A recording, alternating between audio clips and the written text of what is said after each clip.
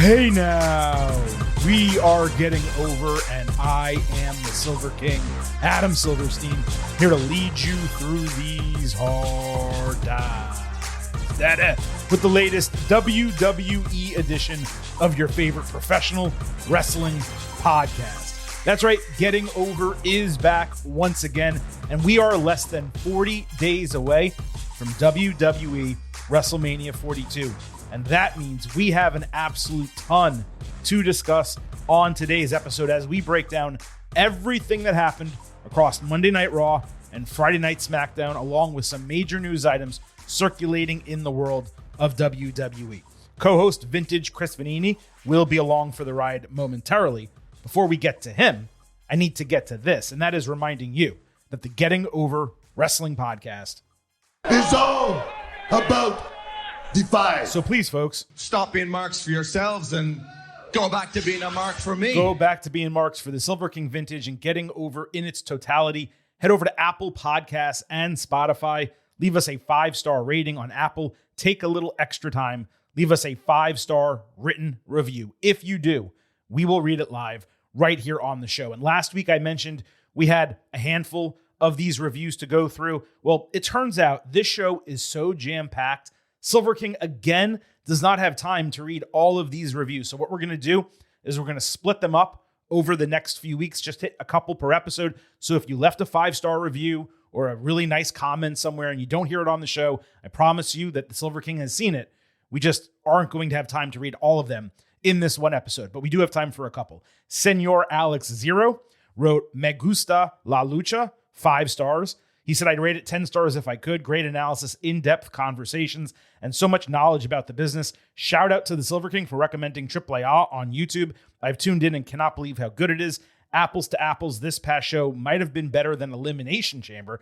I only wish Ludwig Kaiser could see how over El Grande Americano is right now. Rest in peace. You know, it really is shameful that WWE has Kaiser completely on the sideline right now. Meanwhile, they have 2 El Grande Americanos, but Kaiser, a great wrestler who's a tremendous on-screen presence as well, really cannot get on the show. Another one from I Acknowledge My Tribal Chief, best wrestling pod in the game today, 5 stars. If you are looking for the best in-depth deep dive of every WWE show in PLE, this is the pod for you. You won't find a more informative but also entertaining podcast about WWE than this one right here. They are always my go-to wrestling pod after any WWE show or PLE. We greatly appreciate that review. And Lucas Adam on Spotify wrote, this is my favorite wrestling podcast. I feel like I'm listening to a stand-up comedy show sometimes. And this episode is a prime example. That was the one with Zaruka imploding, the NXT and AEW episode. I am glad that you find us funny. The goal certainly is to make you laugh here and there. I've never been called anything close to a stand-up comedian, but I promise you, I will take that. Lucas Adam, I acknowledge my tribal chief, and Senor Alex Zero, we acknowledge you. Acknowledge. Big acknowledgement right there. Acknowledge. And again, we have more reviews coming up on future episodes. Let me also remind you as we get into today's program that you can follow us on social media at Getting Overcast on Twitter and Blue Sky. You get episode drops, news, analysis, highlights, all of that good stuff. You can also send in questions and comments for the show. We will do our best to include them in our programming. On YouTube, when you subscribe there, you can listen to the show. You can also watch full-length video interviews, and we plan to have a few more on the road to WrestleMania 42 across the board. Be sure to follow us at Getting Overcast. As mentioned, we have so much to cover today. Frankly, it's a bit ridiculous, but we're going to get to all of it before this show is out. The main event and the good, the bad, and the ugly, both of those are coming up. But I'm afraid I've got some news. And now we do have Vintage Chris Vanini on the horn, so allow me to welcome him into the show. Chris, we are in the news segment. We're going to break down a couple tentpole items about WWE this week. One question for you. The Oscars are Sunday. I don't know about you. Silver King watches every Best Picture nominee before the major award show. I still have a few to go. The Secret Agent, I haven't watched yet. Sentimental Value and Train Dreams. I am 7 down, 3 remaining. Do you follow the same kind of path on the way to the Oscars? And if so, how many of the Best Picture nominees have you seen and how many do you still need to watch? I tell myself every year I'm going to do it, and then I try, and then I get bored from a movie and I stop. So I have seen Sinners, Okay. loved it. Have seen F1, loved it. I saw One Battle After Another for this purpose. Thought it was pretty good. Started to watch Frankenstein and got bored out of my mind. Yeah. And then that's when that stopped. Agreed. So you have not seen Marty Supreme? I have not. I've heard it's good and I've been meaning to. I just have not gotten around. It's a must watch for me. Begonia, which I think is on Peacock, is tremendous as well. A total shock movie. Way better than I expected. Hamnet was exactly what I believed it was going to be. For better and for worse, I guess is the best way to put it.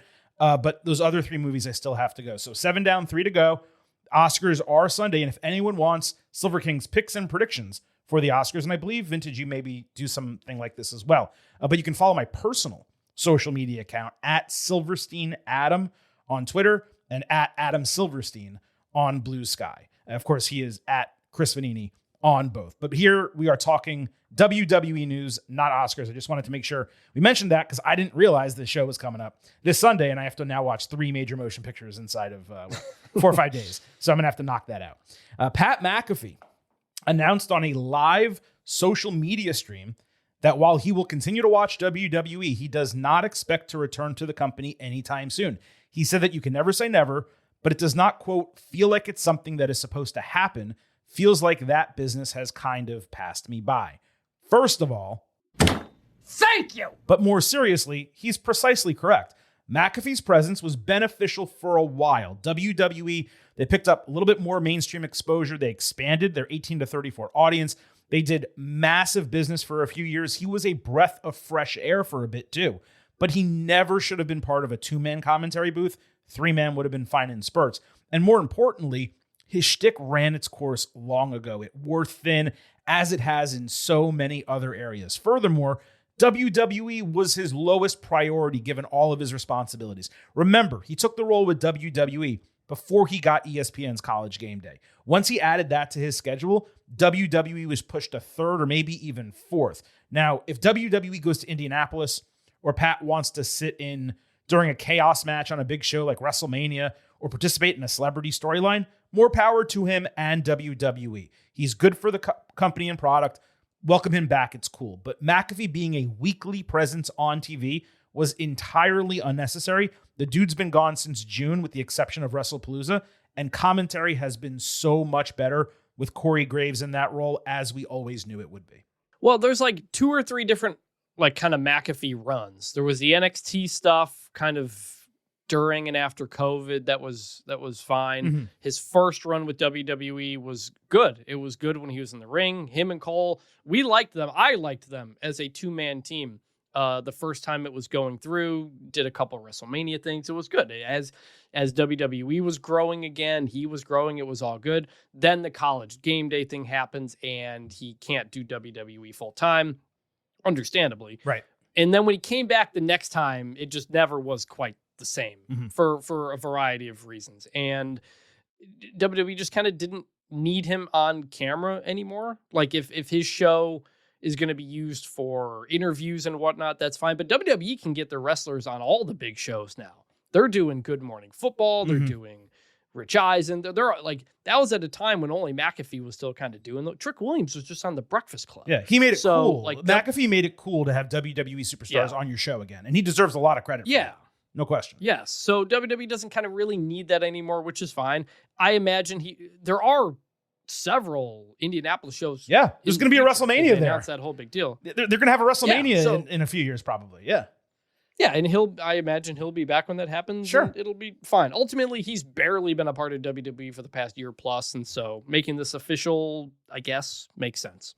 Jordan Grace on Friday suffered a lower leg injury during the main event taping before SmackDown. Looked like she rolled it on the video I saw. Chelsea Green already being in a boot on the same foot and having crutches and a wheelchair made for some really cute social media posts. And Grace wound up in a boot during SmackDown backstage. Nothing has come out regarding the severity, so obviously hope she's okay and can recover as soon as possible. Crappy time of year to get injured. But if we're being completely frank, there was a legitimate possibility she wasn't planned for WrestleMania in any way. So perhaps for her, not the worst time of year. And maybe for WWE, if they were trying to jam her into something, maybe it clears the deck a little bit. So you never wish injury on anyone, and I certainly don't on Jordan, who is just starting to kind of get over a little bit on the blue brand. But if it was going to happen, better to happen now when she's not heavily involved in any type of storyline than in the middle of, let's say, her feud with Jade Cargill a couple weeks ago. Yeah, I had found out via her social media when she posted it. And then she said, like, rolled an ankle. So hopefully it's not too bad. But yeah, it's kind of been stop and start since she moved up. Who knows what her plans were, but not good timing. Hope it's not as bad as it could be. WWE is promoting Jelly Roll for SmackDown this week, which is obviously frightening. Not so much that he's going to be on the show Friday, but it seriously increases the prospect of him doing something in the ring at WrestleMania when we just saw a dude at SummerSlam, especially considering the guy he feuded with last time around right now doesn't have much to do. So Jelly Roll on TV, fingers crossed, not at WrestleMania. Oh, I didn't even think about that till you just said it. That does feel like a possibility, huh? I know. It's scary. Yeah. They can't be that stupid. They can't be that stupid. Look, we remember in Unreal that like McIntyre and Orton were like didn't love the Jelly Roll thing, and then by the end that they did. So I don't know. We'll see. Have you noticed that WWE has 3 different themes that it's using for WrestleMania graphics right now? This to me is so confusing. There's a new one that debuted Monday night. It's Mad Max / Fallout style. Then there's another that's like kind of futuristic lighting. And one is the black and white gimmick. That's the original. The newest video graphic they put out for Roman Reigns versus CM Punk had so many weird elements that it either was AI or it was AI enhanced, which is massively disappointing. Not only because it's largely slop, but because WWE graphics have been on point for decades now. Like Reigns in this graphic, I don't know if you saw it. I hope you're looking while we're talking if you didn't. He looks nothing like himself. His arm is all vascular, and it's kind of like they took The Rock's arm, changed it, and then put it on Roman's body. It's really disheartening stuff. I seem to remember WWE having problems in years past nailing down a singular look, and I think we've even talked about it on the show. It might have been last year, but certainly years prior, where we're like, why do they have 4 different themes for WrestleMania? And then they ultimately settle on one like 3 weeks out. That's what it feels like is happening again. To me, it's utterly confusing and relatively terrible from a marketing standpoint. If you want to give a different design to night 1 and night 2 and then have an encompassing design, okay. But all 3 of them that they've put out look nothing alike at this point. I'm looking at the official one right now, and it's kind of a mess. There's too many logos, different fonts. You're trying to do black and white because those are the color themes for this show, but it's inherently not interesting. Right. And yes, there are a lot of veins coming off of Roman Reigns' arm right there. Like so the black and white. It's very busy. The black and white works into Allegiant Stadium and the Raiders, and there's rumors that Tom Brady is going to be there. And like, okay, that's all fine. Like NFL integration is cool. But either go with that or don't, basically. And, even beyond that point, don't use AI for shit that humans can do and do better. I couldn't tell you if this is AI or not. Does it not look like it though? I mean, it's either AI or terrible graphic design. This looks like a graphic WWE would make.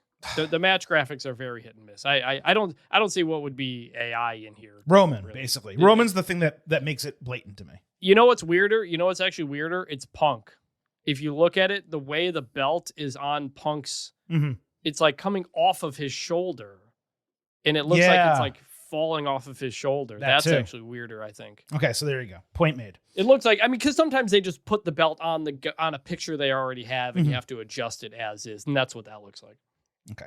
Compared to the rest of 2026, and we're only 2 months and 2 weeks into the year so far, SmackDown on Friday night, Chris, was dreadful. For me, back into the category of what we were getting at the end of 2025. It was a significant week-over-week fall-off with so many questionable or outright bad decisions made throughout the show.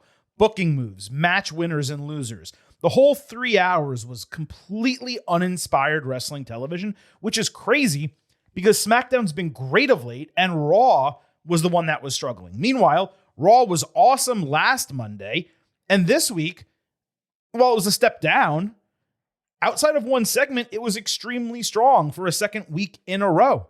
This SmackDown felt like an episode in September or October, not something on the road to WrestleMania. I was actually more surprised to see SmackDown fall off, considering it's been running well for 2 months, than for Raw to remain steady. I figured Raw was going to take a step back, a bigger step back, and it didn't. So how can you contextualize what we saw on WWE TV this week? I think SmackDown knew they had a world title match with Cody and Drew, and that was it. And that was kind of all they went with there. And maybe they thought that would be enough. And they kind of, had segments about it throughout the show. It was a one-match show is what it was. Mm-hmm. And sometimes that happens. Yeah, but I mean, it wasn't just that the rest of it, let's say, was mailed in. It was actively bad. Or at least that's going to be my grade for a lot of it when we get to our good, bad, and ugly. How much of this is because of how the show ended? How much of that is weighing on only 1/5 of it.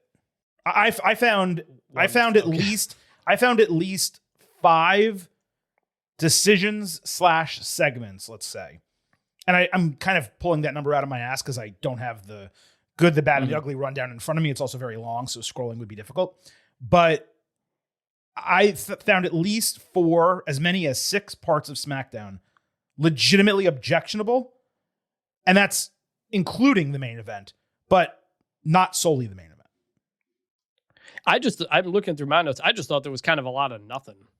Okay. It was a 2-match card. It was the tag team turmoil, right? And it was the title match, and that the rest to me of it was completely forgettable. And for me, both of those were failures, along with some other things that happened on the show. Which is the bigger problem. Which is why I asked about how you thought the show ended, because the show was going to ride on those two things pretty much. That's completely true, and we are going to be talking about that momentarily. Before we do, I need to remind everyone that here at Getting Over, I happen to love the number 5. And I hope you do as well, because for $5 a month or $50 for the entire year, you can become an official Getting Overhead. Just visit buymeacoffee.com/gettingover, sign up. You'll get bonus audio, the fastest 5 minutes in professional wrestling, instant reactions to every major show, and exclusive news analysis posts every week. We have not 1, not 2, but 3 new Getting Overhead subscribers, all of them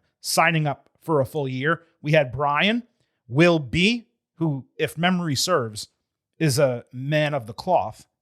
And I acknowledge my tribal chief, who I believe left us that 5-star review I read moments ago. He is a huge Bruce Pearl fan, which I can't even understand, because every single username this dude has something to do with Bruce Pearl. Makes me believe it is Bruce Pearl, or perhaps his son. But regardless, Brian, Will B, and I acknowledge my tribal chief. We appreciate you supporting us, and we acknowledge you. Acknowledge. Big acknowledgement right there. Acknowledge.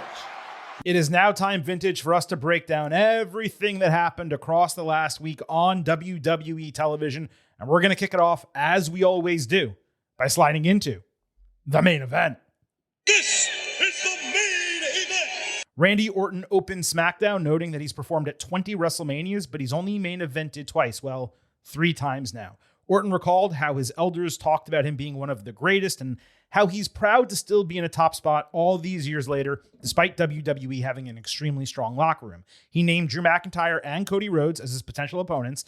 Let's just say Cody, in this moment, was not universally cheered, before promising to leave Las Vegas as the WWE champion. Trick Williams interrupted as Orton was finishing. The rotating stage is now part of his regular entrance. Trick said that he should be in the main event. He took issue with Randy questioning his height during Elimination Chamber. Just as he got to talking about his lemon pepper steppers, Orton hit him with an RKO. Segment over. This was fine, rather uninspired. Not much Orton could really do, considering his opponent was not solidified at the time. I'd have still preferred something more energetic and unique, as opposed to Randy just pointing out that people have long thought he's great. For a 10-minute segment with the Elimination Chamber in the back, I should have more to say, but I just don't. Yeah, because he's not fighting Trick, so it didn't advance that, because he's waiting to see what the main event of SmackDown goes. So right. Just kind of hold steady. It probably didn't even need to happen. My thing with this segment, and really Randy on this show, this shirt that he's wearing, The blue one. Yeah. it looks this bright blue RKO everybody shirt. One, it looks like he just pulled it from the merch stand before he put it on. It did. Yeah. And two, Randy wearing bright colors does not work. Does not work. It might be a fine shirt. Yeah. It does not look good on Randy Orton. Somebody else should be wearing this shirt. So that's there are certain wrestlers who should be wearing black. Okay. Randy Orton, Roman Reigns, Stone Cold Steve Austin, The Rock. Those dudes wear black. You want to put Cody in a blue or red shirt? Okay, go for it. There's a lot of other people. Jey Uso, you want to put him in neon green, pink? Totally fine. I'll actually even throw Drew McIntyre into dudes who probably should wear black. Drew can get away with white if the letters are dark. But you cannot have Randy Orton going out there. I want to say it was blue and yellow, right? Yeah, blue shirt, and then the logo is yellow, a little bit of black, and then red outline. It didn't look right, A. B, the segment accomplished nothing. C, they put Trick here just to get him on the show to make sure he got his entrance, which, you know what? Good enough, because it was a loaded show and maybe they didn't have anything else for him. But him just kind of coming to the ring, arguing about height and then taking an RKO. Really not that inspired, which goes to what I was saying earlier. Now, this isn't, if this was in the good, the bad, and the ugly, I wouldn't have given this a bad. I'm just clarifying.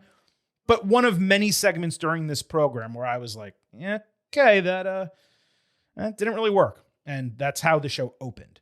Drew McIntyre confronted Nick Aldis backstage, saying he's calmed down since Elimination Chamber, but it's time for them to be reasonable and abide by the terms of the contract he signed, not allowing Cody Rhodes to have a WWE Championship opportunity unless he won the Royal Rumble or the Chamber.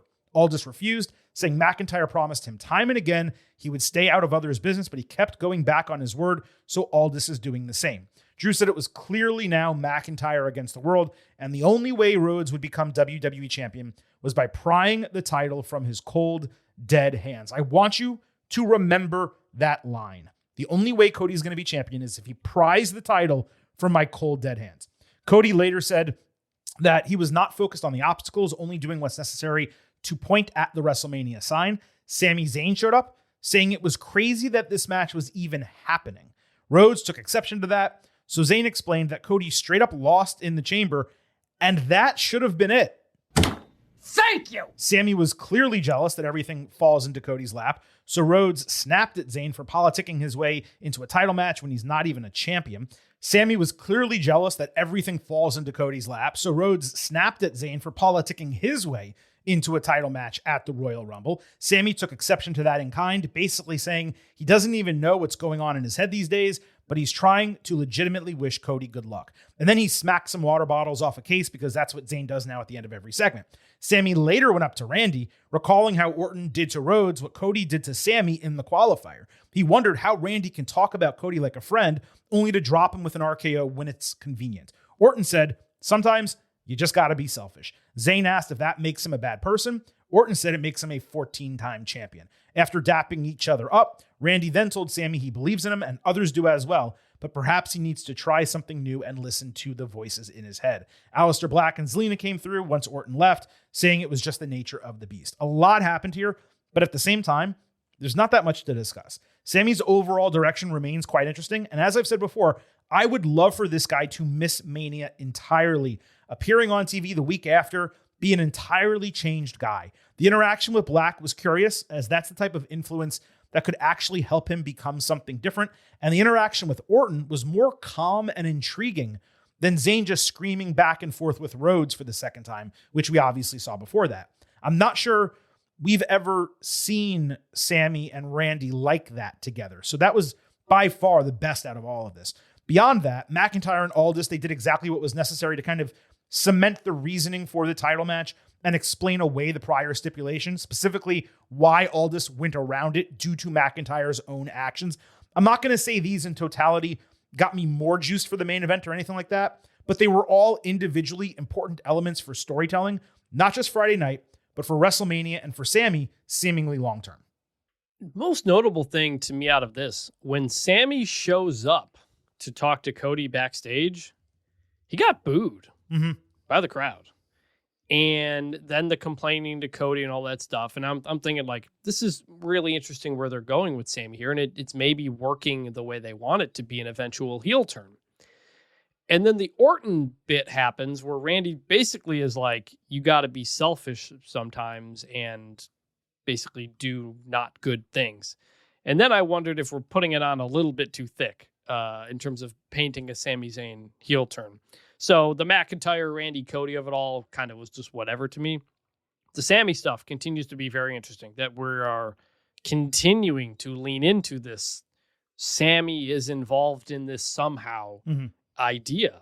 So I still don't know where it's going to go, but the Sami heel turn stuff that you kind of talked about a few weeks ago, kind of leaning into that way, and maybe it's working with the fans kind of booing him a bit. That all led into the main event. The WWE Championship was on the line. Drew McIntyre defending against Cody Rhodes. McIntyre did a sidewalk slam off the steel steps onto the ring apron. Really nice spot early. Cody Cutter came as a response. Drew avoided Crossroads, put the challenger's arm multiple times into the ring post, working it from that point forward. Cody landed a superplex and a tope suicida as Drew started selling a knee. McIntyre escaped Crossroads on the announce table, but as both guys moved around, the whole thing just collapsed. And I thought these tables, Chris, were like super duper strong. Remember when they first debuted, the whole gimmick was you could not break them. Now, not only can you break them, they just collapse by standing on top of them. So that happens. They set up a regular table ringside. McIntyre powerbombs Rhodes through it. No disqualification is called. Now, it was a replacement spot, sure, but that is a DQ in WWE. Is it? Yeah. I've always never been sure, because if you physically hit somebody with something, it is. But like it's not a DQ to put someone through the If you set up a table and put someone through it, like if you set up a chair and use it, or pick up a chair and use it, that is a DQ. If you throw someone into the steel steps, it's not. If you pick up the steel steps and throw them at someone, it is. Right. You're pulling something from under the ring. I guess I don't know if I've ever seen it actually called then in that case. That should have been a disqualification in the match. Now, again, it was a replacement spot. Sometimes you just do what you can do, right? In the moment, they improv. They had no other choice. I would have just skipped the spot entirely or powerbombed them onto the broken table, but okay, I digress. Drew then landed a Crossroads on Cody for a 2 count. As Roman Reigns said, that move doesn't beat anybody. Well, at least I thought. But Rhodes stopped Claymore with a super kick and then hit a Claymore himself for a 2 count. The referee twice avoided getting knocked out, only to take what was supposed to be a disaster kick when McIntyre pulled him in the way of a flying Rhodes. They countered Future Shock, DDT, and Pedigree before Cody had an excellent counter of a power slam into Crossroads with no one to count. A replacement ref, the same one who McIntyre felt screwed him previously, ran down, but Rhodes turned around directly into a Claymore for a false finish that perturbed Drew due to his history with the ref. McIntyre twice ran Rhodes into the ring post before giving the ref a Glasgow kiss out of anger. That gave entry to Jacob Fatu, who pulled a steel chair out of McIntyre's hands when he tried to use it. Cody failed on a roll-up, ate a Future Shock DDT, but then he completely dodged a Claymore, hit a Super Cody Cutter and Crossroads to win back the WWE Championship. Cody pointed to the WrestleMania sign and got pyro after the bell, and the show ended a few minutes late, at least by my count. No, don't like that. Forget the decision to flip the title to Cody for a second, because that is a whole other conversation. The most disappointing and frustrating part of this main event was the match itself, where little worked for me. The whole thing was slow and plodding. It was wrestled like a house show match. There were hardly any big spots, and the ones that did happen took forever to set up. I presume this was to ensure that everyone was healthy for WrestleMania, but a WWE Championship match should not be worked in that manner, particularly when you are changing the title 6 weeks out from WrestleMania. This was their worst match together. Almost like neither had any passion for it going in. And that was hardly the lone issue. McIntyre looked like an idiot, costing himself the upper hand due to the replacement ref, a story point that had not been touched on in months. No legitimate reason was created for McIntyre to go after the guy in that moment. He didn't like the speed of a singular count. The referee should have at least messed up or done something questionable to give McIntyre a reason to be so angry. His count was relatively normal. Then Fatu interferes. Okay, that's fine in theory, but he doesn't even lay a finger on McIntyre. He just takes a chair away from him. This after Fatu charged into a steel cage, trying to cost Drew the title, and has since been impacted by Drew on other occasions. He should be even more enraged And if he had hit McIntyre with the chair or beat the crap out of him ringside while the referee was knocked down, Drew would have been protected to some degree. Instead, no protection. And then McIntyre loses to one Cody Cutter, super one, but one Cody Cutter and one Crossroads when he's taken further punishment from Cody and survived in multiple prior matches, including when he won the title in 3 Stages of Hell 2 months ago. This after Cody kicked out of a powerbomb through a table, his own finisher, and a Claymore in succession. Before we even get to the booking decision and what that means for WrestleMania, I wanted to focus on the match itself because this was a disappointing creative decision booked in disappointing fashion, resulting in a disappointing main event and ultimately a disappointing title change. The best part was that it was commercial free. The crowd got 100% behind Cody, which I did not entirely expect. So it worked for the audience. It got the appropriate reaction. But as I said about SmackDown as a whole, forget the winner for a moment. The pacing and booking of this match and its finish was totally uninspired. And that made me even less enthused about it than I was already going in.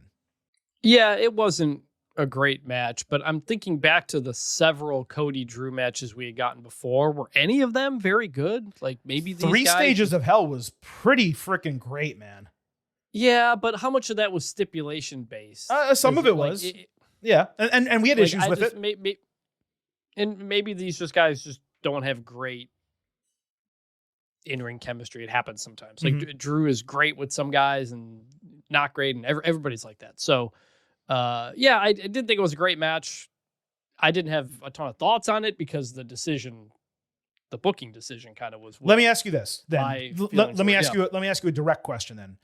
Did you have an issue with the referee angle being inserted into this match when the guy hasn't been mentioned on TV in months? I didn't realize it was that ref until you just said it. It was the same ref. And did you have an issue with Jacob Fatu, his entire interference being taking a chair away from someone, as opposed to beating the shit out of him? Maybe, because my thought coming out of this is that we go to Drew, Jacob Fatu. And if Jacob Fatu... Maybe because of all the interferences, you had to have Jacob interfere in a way that did not directly impact the finish, because then Drew could make the same argument back that he should get another match against Cody because there was.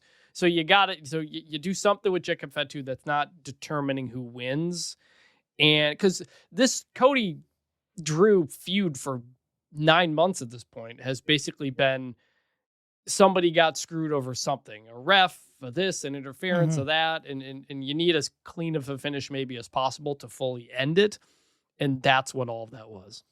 Now, as for the booking decision, look, obviously I'm angry, and you know what? I'm not angry. I'm dismayed.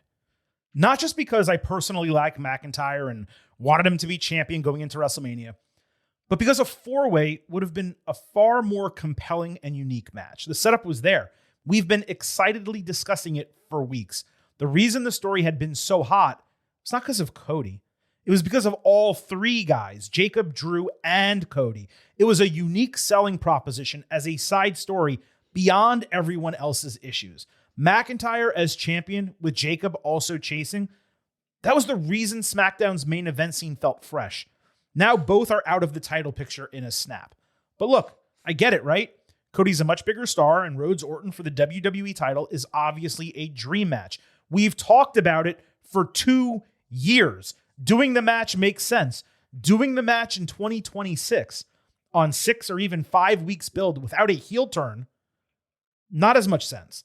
As we talk today, Rhodes Orton has no heat, and both are starting as babyfaces. The whole concept, given Cody's white meat babyface run as champion, has always been Orton suddenly turning heel on him out of nowhere, becoming a chief challenger, and building a red-hot feud with a ton of history behind it. Instead, the guy won a number 1 contendership with a different person as champion. There wasn't even angst between them leading into Elimination Chamber, though they can obviously work on Orton eliminating Rhodes with the blindside RKO as angst coming out of that. But now, you have McIntyre fighting a guy in Fatu who he did not attack. Sure, he'll be angry at Jacob coming out of this match, but it would have been so much hotter if Fatu had actually done something physical, as I said. Unless it is revealed that Drew did attack Jacob, which would make him a liar, the antithesis of his character, McIntyre goes into this match as the guy that has been wronged by Fatu. And all of that is beside the point of WWE taking the title off Drew after 57 days. Yes, I know part of his gimmick is that he's his own worst enemy. I totally get that. But the guy is a 4-time world champion who only feels like he's won the title twice because he got it 2 times during the pandemic, one of them being a long reign, and then he got cashed in upon and lost it in 2 months with 1 defense over the last year. McIntyre deserves to walk into Mania as champion. And more important than that, it would have been more compelling to have him walk into Mania as champion. They could have done a 4-way at Mania and then booked Cody and Randy for SummerSlam with tons of build. The remaining question for me as a viewer and critic is whether I should allow myself to look at this whole situation with perspective or be purely dismayed over like the base level decision of the title change. As the saying goes about love, is it better for McIntyre to have won and lost or to have never won at all? I suppose so. He does exit the feud in a better, more legitimate main event position. He never would have been that without getting the title around his waist. And he did hold it for 2 months, but it's 2 months longer than none. However, as we've said before, it would have been much better if Drew had won it at WrestlePalooza, held the title all the way until the Royal Rumble, and then just dropped it to Cody there. Same idea, better execution. McIntyre had this 2-month reign, but don't forget, he never pinned Rhodes for the championship, only had 1 successful defense against the guy he had already beaten 11 times prior. And again, he unnecessarily lost the strap on TV in Portland of all places when he could have carried it into Mania in a multi-man match, which seemed to be the obvious build and one that was completely accepted by fans. Even more frustrating is how the last couple of weeks I've been talking on this show about McIntyre truly filling out into a believable, confident WWE champion, given the way he was presented on screen. And all of that seemingly was for naught. So yes, better he won and lost than never won at all. Sure. I also understand the decision to go with Cody, of course, but it does not mean I have to like it, even if the Rhodes-Orton match, Chris, is something that we have wanted for years now. So my first thought when this happened was that they had wanted to do this a lot earlier and had pulled the trigger on McIntyre too late. Mm-hmm. That we thought, hey, maybe it's a War Games thing, but then the Seth injury just pushed everything back and back and back. And that by the time Drew won it, he was either going to take it into Mania or lose it in a very short reign. And the answer was the second part. Mm-hmm. Yeah, it should have happened at WrestlePalooza, which I think Seth was healthy for by then. Mm-hmm. It felt like they wanted to do this later at like a stadium show, which is what War Games was. And so now we're back to this. I'm disappointed because I thought, like you said, the 4-way would have been the most interesting because all 4 of those guys are super hot. I thought Sammy could get involved. Like all of these guys around the main event picture have been really hot and exciting. And it kind of feels like Cody Randy is like the easiest way out. Mm-hmm. That's one of my thoughts. My other thought, is it possible that Mania is not selling well enough that they just wanted to put a title back on Cody and get him into a main event? And maybe that wasn't the plan 2 months ago. I mean, having Drew won or something like that. Having Cody in the main event with Orton in a 4-way, what's the difference? I'm saying You're selling 2 the months chance. ago when who knows what it would. I'm just saying you're selling the chance that Cody could win the title at WrestleMania as opposed to come in as champion fighting Orton. Yeah. So I don't know. Like Cody Orton's good, but we're in a weird spot now where both main events are babyface versus babyface. Well, and I don't know. Are they face, or are they face, heel? Well, everybody loves Punk in Rome. Yeah, but they shouldn't. So they're baby faces. They were on the babyface team at War Games. They are, haven't but done anything to do heel turns. Oh, I don't know about that. Roman gets a celebratory. CM Punk is only fighting heels in his title defenses. Yeah, but there's nothing that has positioned them as heels. I disagree with that. We're jumping ahead a little bit, but what happened, Monday on Raw and then last Monday on Raw, stuff that CM Punk said, definitely positions him as a heel. And Reigns, if we're looking at like the base level facts of the way he's operated, is a heel. He gets cheered. He gets cheered like a face. Base level facts. We're going on the way WWE presents them. Okay, and they're being presented as. I don't know that Punk is being presented as a face right now, but we'll talk about that in a moment. So, and one other thing, I had said a couple weeks ago, like No Way Out 2001. That was when Angle had the title and he lost it to Rock, and that set up Rock Austin for WrestleMania 17. And I was like, they would never do that again. They like to stretch these out. Well, turns out they're doing it even more by having a title change on a SmackDown before WrestleMania. Yeah. So everything about it came across not great. It tells me they don't see Drew McIntyre as a WrestleMania main eventer anymore, because if there was ever a time to do it, this is it. You got Seth out, you got Roman and Punk together, you got no Rock or big celebrities coming back. Brock's not in a main event. Like, this is as possible as it would get for Drew. And instead of doing some sort of four-way where he takes the title in, they decided not to do that. And I am, like you, extremely disappointed by that. Yeah, that's the greatest frustration. It's that it was unnecessary to do this. Like, they could have run the four-way, done a title change in the main event. Maybe Orton pins McIntyre even if he goes as champion. Orton walks out of WrestleMania, has the championship, and Cody's like, you never should have been in that match. You screwed me at Chamber.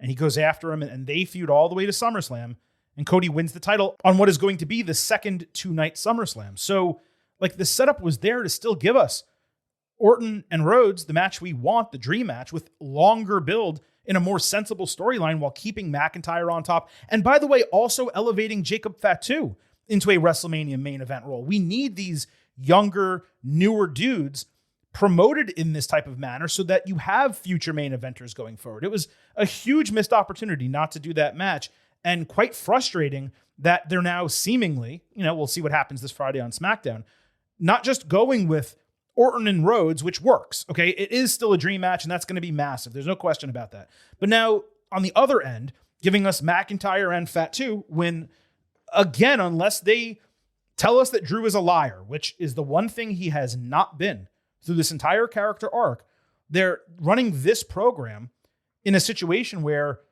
McIntyre shouldn't be fighting Fatu because Fatu shouldn't be angry at a guy who did not attack him backstage. Now, maybe that's partially why Sami Zayn is still kind of lingering around in all of this, because he reveals himself as the attacker. Maybe he reveals that role even at WrestleMania in this match. There's a variety of possibilities, but all of this to me is less intriguing than the setup that it seemed like they were going with.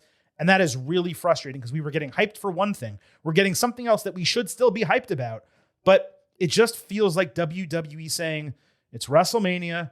We're going to put the biggest names in the match and screw the other guys, which is not what we as fans want the company telling us. What's crazy is that if I told you last May, so 1 month after WrestleMania, hey, Chris, the co-main events of WrestleMania 42 are going to be CM Punk and Roman Reigns and Cody Rhodes and Randy Orton, you would say, holy crap, that is going to be awesome. But coming out of Friday, Cody and Randy it doesn't feel awesome. It feels like a replacement. And matters are not helped by the other major plans, Rhea Ripley, Bianca Belair originally, Seth Rollins first versus Roman Reigns, then against Braun Breaker. Not happening. That latter one might, but as of now, it's not. And it's just between injuries and storytelling, the road to WrestleMania and the build to this show, especially these two main event matches, and Punk and Reigns, let me be clear, as we're going to talk about it momentarily, it's running pretty damn hot. So I'm not trying to put it in the same category as Rhodes and Orton, but that really should be red hot. And it just feels like it's orange. Like, it's not yellow. It's orange on the way to red. You kind of want to get to that blue where it is pulsating and electric across the board. I'm mixing up, by the way, my heat colors. I'm realizing now because red is not the hottest color, and I think blue is, or whatever the case might be. I'm screwing up the metaphor I'm making. But Reigns and Punk should be even hotter than it is already at this juncture. It's not there. Rhodes and Orton should be super hot, and it's not, because both of them are baby faces and there's no angst between them. That's really what I'm trying to say here. I disagree with you on the Punk Roman stuff. I think that's extremely hot. You think that's as hot as it could be at this juncture? A month, more than a month to go. Yeah. I'm not arguing with you. I'm asking. Okay. Yeah. And Randy, Cody isn't, because we just got this matchup, and they're both baby faces. And of all the people involved in this main event storyline over the last couple of weeks. Cody Randy, I don't even know if they interacted at all. So there was a lot of ground to be made up there. But again, they got more than a month to do it. Because I don't want to provide incorrect information on this podcast, orange and red are the coldest hot colors. Then it goes to yellow. And then blue, white in that kind of violet color zone. So the metaphor I just gave you with the colors of heat, let's just trash that and make believe that Silver King knew exactly what he was talking about. Point is, I just feel like, especially Cody and Randy, we should be even more excited about it now than we are. But again, it's technically just starting. And as we've said the last couple of weeks, and you just said again, there is still plenty of time to WrestleMania. It's just when it comes to Orton and Rhodes for a WrestleMania main event, you want more than 40 days to build for it. And at least there's literally nothing right now. They haven't even talked. That's what I'm saying. Interacted. So yeah, you got a lot of ground. All we have is that one RKO in the chamber. That's pretty much it to this point. I wrote this on social media before SmackDown, but I have every belief, and I want you to tell me if you think I'm wrong. I have every belief that Cody is going to get booed in Las Vegas for the second straight year. Even if Randy turns heel before WrestleMania, by the way. WWE, they are in this place right now where they need to be very careful the way they are booking Cody Rhodes. Everyone has been expecting the fans in mass to turn on Cody year after year, and we always have brushed that aside and called it insanity because of the reactions he keeps getting. But there is a tipping point. And WWE, they are definitely pushing up to that line and putting themselves in danger of creating Cody Rhodes fatigue, same as they did with John Cena, same as they did with Roman Reigns. It hasn't happened yet. It might soon. And at first blush, we have more than a month to talk about this. I need to see how the storyline develops. But at first blush, Chris, Orton probably needs to win this title. It's likely his last WrestleMania main event, the opportunity to win number 15. Cody can lose and not be impacted. Maybe you even flip him over to Raw afterward. I just feel like they need to put Orton over given the way this has transpired. And like I just said, the way I expect this crowd to react to Rhodes. They booed him against Cena. Why would they not boo him against Orton too? My thing is, like, it's more than just booing Cody or not. Like, you got to have something happen. If you think Cody's going to get booed, then just lean into it and do a heel turn. Now, they don't want to. Is that too soon of a thing to do after the John Cena heel turn? Is it going to feel like it's the same type of thing or something? But I don't know if you can just go into this thinking, well, Cody's going to get booed, so we'll just have Randy win, but Cody's not like going to be a heel or anything. That doesn't seem like it's enough. So you got to build something more. And again, we have no idea where they're going to build this. I hope it's more than just simply, we've known each other for a long time. Let's talk about our daddies and we'll let the best man win. That's not a WrestleMania main event. I'm sorry. So agreed. You're going to have to build some more. Do you agree with me, though, that WWE previously, you and I were on the same page, that Cody's not getting booed, fans love him, you people are crazy thinking that. Do you agree with me now that it does feel like, now whether this is, reality or not, yes, TBD, it feels like they're pushing up against that barrier where a tipping point is, you can see it on the horizon, and if they're not careful, they're going to go over it. Yeah, 100%. You were surprised that Cody wasn't booed against Drew. I'm not. Drew's the heel. But there's no heel that Cody's up against in this match. So they're going to probably cheer Randy Orton for a similar reason they cheered Cena, which is like, we may never see Randy Orton at a WrestleMania main event again. Like, it's a similar type of deal. So that's why they know this.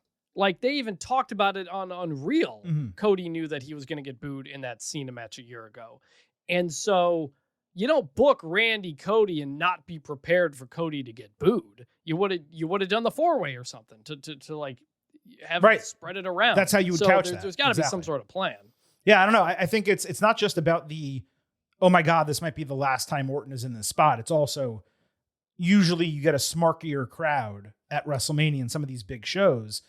And it feels like Cody is starting to wane on those people. But again, the crowd in Portland went nuts for Cody winning the WWE Championship. So if that's true at Mania and in Vegas, it wasn't true in Oregon, not on Friday night. Cody, by the way, will No, be... but he was like, but again, he was going up against Drew McIntyre, the biggest heel on SmackDown. Yeah, no, I understand, but the smarter fans like Drew, and they want him to have a longer run. So that's my point. Drew's not really getting cheered anywhere because he's doing a good job of being a heel. Dude, the last couple of weeks, he was getting over. Not like in a heel way. Sure, he was getting heavily booed, but he was also getting cheers for some of his individual lines the last couple of weeks. So I don't know. They were approaching getting him into that zone, and then they changed the title.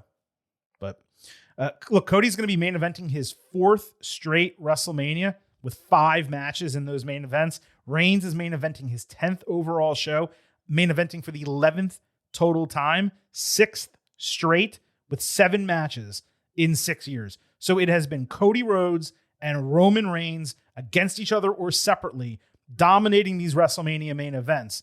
And at some point, we've said this before, WWE is going to need to put new people into these matches. That was the main storyline from SmackDown, Chris. Let's move over to the actual main event of Raw. Jey Uso backstage said he had no desire to respond to CM Punk's comments about Roman Reigns and the family last week, though Jimmy stopped his brother cold and said, you know what? We do have something to say about it. CM Punk main evented the show to a huge pops, and then he also got a cheap pop too, talking about the Seattle Seahawks, twice saying that he thought fans would be angry at him despite not receiving any heat when he said that.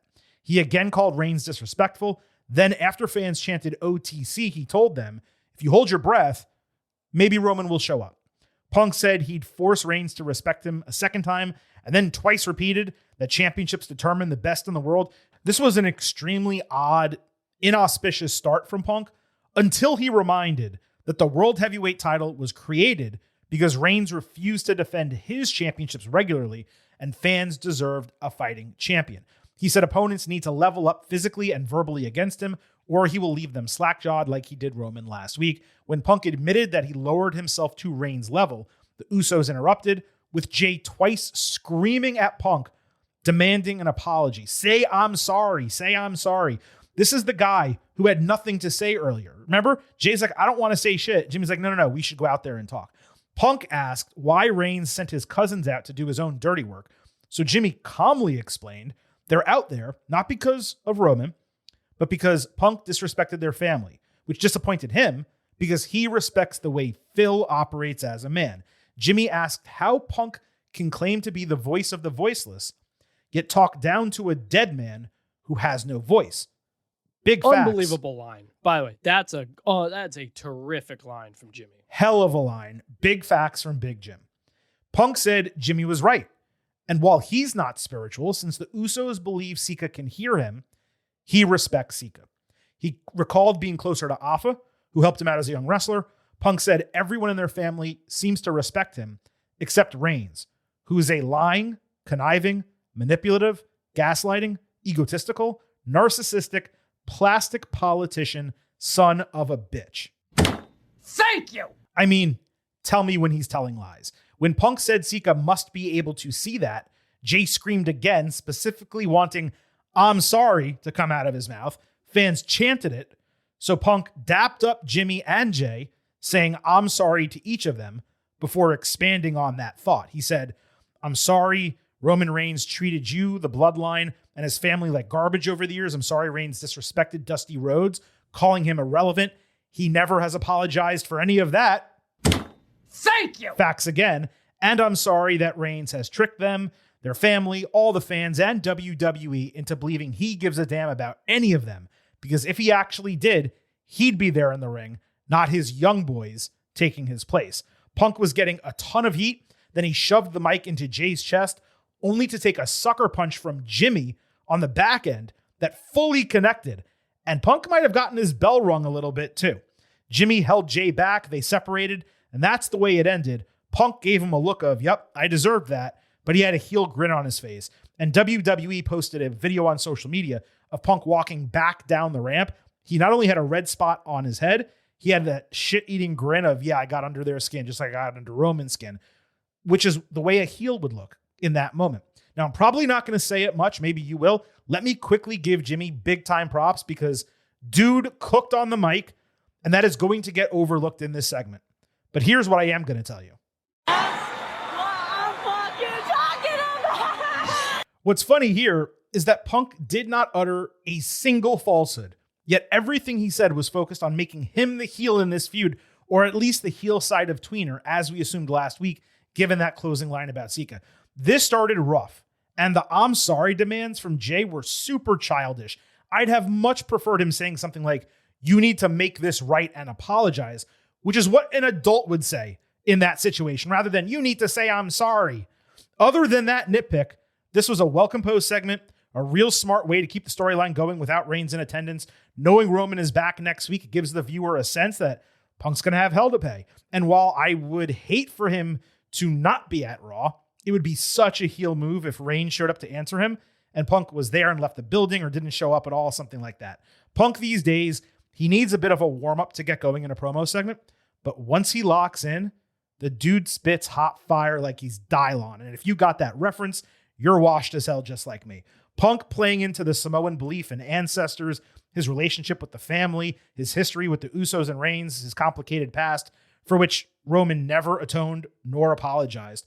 All of that was completely necessary. And one could argue it was better for Punk to say that without Reigns in attendance because it hit home harder than if he immediately retorted and kind of brushed it away. Again, Punk did not tell a single lie. He ethered Roman, called his ass all the way out.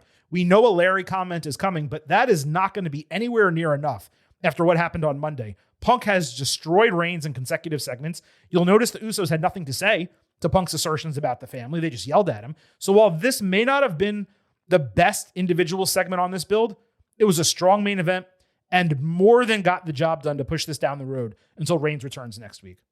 Yeah, this was really good. I feel like it maybe should have opened the show instead of closed it because it's kind of weird to just kind of finish with a talking segment without one of the guys there. But, you know, I said last week that if something like that is said, what Punk said, you're throwing hands. Like the next time you see him or whatever. Like there's no this or that. And so I was glad the Usos were so upset about that because they should be. And because they are baby faces who are friends with Punk, they gave him the opportunity to apologize for it. I thought Punk was kind of being a bit of a jerk. Of course he was. Yeah. In the way he was handling it.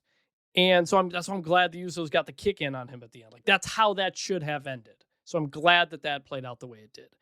But the reason I don't say that Punk is heelish yet is because of everything he said before that, which is I'm a fighting champion. I'm here. Roman's not here. Mm-hmm. I've been saying it the whole time. That is the most built-in babyface thing there is. I'm here. He's not. And you cheer me. That's how it always goes. Mm-hmm. Cena, Roman, mm-hmm. Cena Rock. Rock back in the day. Like that's how it goes. And so this was really good. It was a good bridge segment to when Roman is back. Can nitpick here or there, but I thought this was really good. The only other thing I wrote down was way too many people are calling CM Punk Phil. Like you got to save the Phil. Well, for like special moments. You know everybody's saying Phil now. I've thought the same thing, but he doesn't have a full name like other people do, right? So Roman Reigns, Seth Rollins, Cody Rhodes. So just calling this guy Punk, it doesn't, and you're not going to call him CM. It doesn't really work. So I feel the same as you. Literally his entire career, you call him Punk. Some people have, some people haven't. But like I simultaneously agree and disagree with you. I agree with you from the standpoint of every time I hear Phil, it sounds like purposeful fourth wall breaking. But yes. I think his name is so commonplace in WWE now that they just treat it as this is how I'm going to refer to you because I don't want to call you Punk. It's part of the Unreal era, and I don't like that. Like when Punk and like no one's out there calling Seth Rollins Colby though. No, but like way back in 2012, 13, when Punk was champion and he was kind of feuding with Triple H, and Punk says, "This isn't wrestling, or whatever. This is Phil Brooks talking to Paul Levesque." Right. That was like a whoa. Right. Like it meant something when they said it. And now it's just being said all the time. Roman said it once or twice already. Now Jimmy says it. You know, they probably say it when he shows up on ESPN or whatever too. I don't like that. That's too much kayfabe breaking for me. For me, it's a bigger issue if it happens with other people. Like if you're going to go and call Rhea Ripley Demi, like it doesn't, Well, no, it's unnecessary. I get what you're saying. Like with this one individual guy in this feud where we're talking about long-term history between the families and the individuals, Reigns and Punk, we know they know each other backstage and they've been involved in each other's work and personal lives. I'm more accepting of it, but I do agree. Every time I hear Phil, it pops in my head, oh, they're trying to break the fourth wall. One of my favorite things in wrestling is that almost everybody in wrestling calls Triple H Hunter. Mm-hmm. That is not his name. His name is his ring name was Hunter Hearst Helmsley Triple H, but they'll say Hunter when they're trying to talk it like on a more personal level. Oh yeah, me and Hunter talked. It's not. I hate when they say Paul Levesque. I hate when he does the press conference and they announce him as Paul Levesque. I wish they would stick with Triple H or whatever. Like too much real namey stuff. I don't like it. And that's a totally fair take to have. You know what's cool about this Punk Reigns feud is as characters, they're both vindictive assholes. Like yes. Punk calling Reigns on his shit, that means the same needs to happen in kind. And I also wanted to shout out, I said I gave the shout to Jimmy earlier. I want to shout the dynamics of both Usos. Differentiating them in a good cop, bad cop fashion here was really important because Jimmy as the good cop is the one who swung at the end. Him being the one who got sent over the edge and landing that legit shot on Punk, that made it sing more than if Jay, the guy who was already freaking out, just continued freaking out and punched him or something like that. And the whole line that you popped for, that I popped for, I just wanted to give it a shout one more time, about Sika not having a voice, but Punk being the voice of the voiceless. I don't care if it was scripted. I don't care if they wrote that 6 months ago. Incredible line. Probably one of the best lines that we'll have in 2026. It helped that segment hit harder. Exactly. Because it turned Punk. It was the best way to prove Punk is a hypocrite. Yeah. And that is always the best way to go at him. It's the way Cena would go at him sometimes, is turning Punk's words against him. It was good. It's not going to happen, but it would be great if next week we got a Bloodline backstage segment with Reigns realizing, due to what Punk said, man, I never apologized to my cousins. Like, I got to make this right. Especially if they want Punk to be a heel and they want Reigns to be a face. He would get baby face cheers for taking his guys aside and be like, yo, you know what? A lot of what Punk said about our family, he's going to pay for that. But one thing he said is true. I never apologized to you guys, and you deserve a lot better than that. That's the way I'd book it. If they want Roman to be a pure baby face and they want Punk to either be a heel or a tweener heel. That was something that you said a year or two ago. I know. When Jimmy was making his run, it was like he never actually did apologize to it. I think Sammy may have pointed that out at some point too. Rollins did. And then during the War Games build. Yeah. Seth Rollins pointed it out. Yeah, that's right. That's right. And like we thought it was going to come and then it just never did. Right. And so Punk brings it up. I'm kind of surprised he did bring it up unless we're going to get that through, because otherwise, like you said, both of these guys are baby faces who are jerks. And so that's why it's a little bit weird. And by the way, Reigns, he learned to respect Jay and he supported him as a main eventer going after the world title. That's all it ever was. It was never an apology. I treated you poorly. I gaslighted you for all these years. None of that. It was just, you've earned my respect.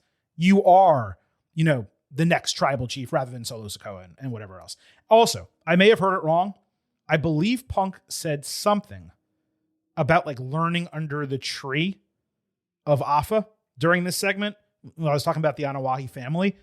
That would be a second straight reference to Chris Jericho.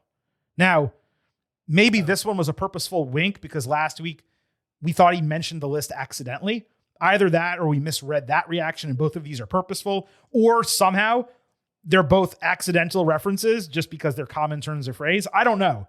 But it was the second week in a row where there was at least seemingly some type of allusion to Jericho.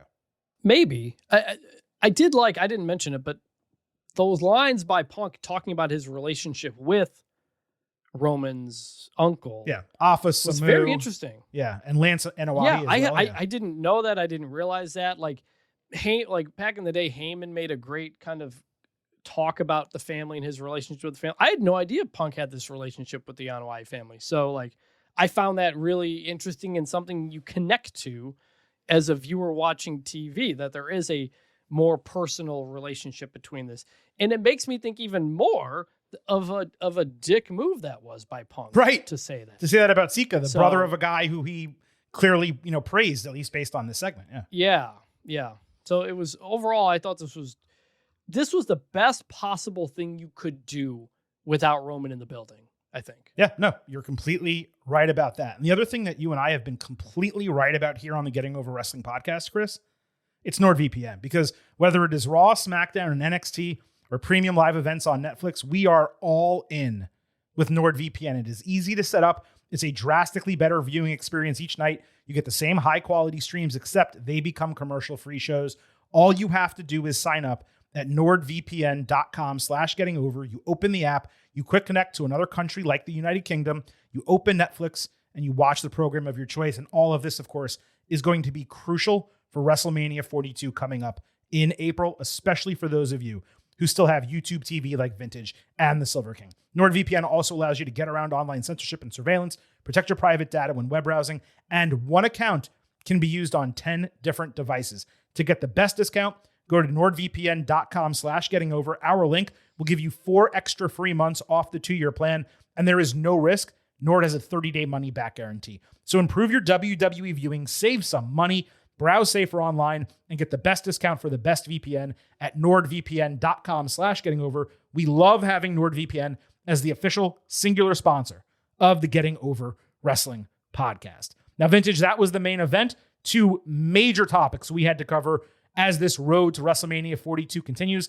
but there's a lot more for us to talk about, and we're going to get to it right now in the good, the bad, and the ugly. Hey, yo. Survey says one more for the good guy. Say hello to the back. Don't sing it. Bring it. Raw opened with Adam Pearce calling Seth Rollins out to the ring. Instead of that, about 20 masked men stormed into the ring, first getting holy shit chants, before confusing the crowd with a strange, unnecessary shuffling of their bodies around the squared circle, leaving only Rollins to pull off his mask. The dudes pouring out of the crowd was cool. The shuffling bullshit was straight up dreadful. Probably the stupidest individual moment we will see in 2026. I digress. Pearce said he hates the Vision too, but Rollins is playing with fire, doing all of this while still not medically cleared. Rollins did not say a word. Instead, Logan Paul and Austin Theory came out. They were ready to fight. The masked dude shuffled around again. Rollins was able to escape in the confusion. So LA Knight came out, got his ass kicked in a 1-on-2 attack. Then the Usos music hit. They took a full 30 seconds dancing on the stage like they're Jeff Hardy before deciding to run to the ring and clear it to end the segment. Well, that was a disaster. What the hell was that? What was that, huh?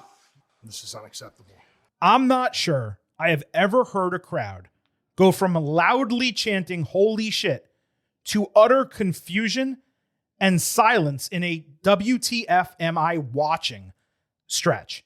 Everything about this segment was screwy and ill-conceived to the point that I thought WWE was lampshading, basically parroting itself with the abundance of masked men going beyond 5 or 6 to 20, only to learn that, no, there was a purpose for this.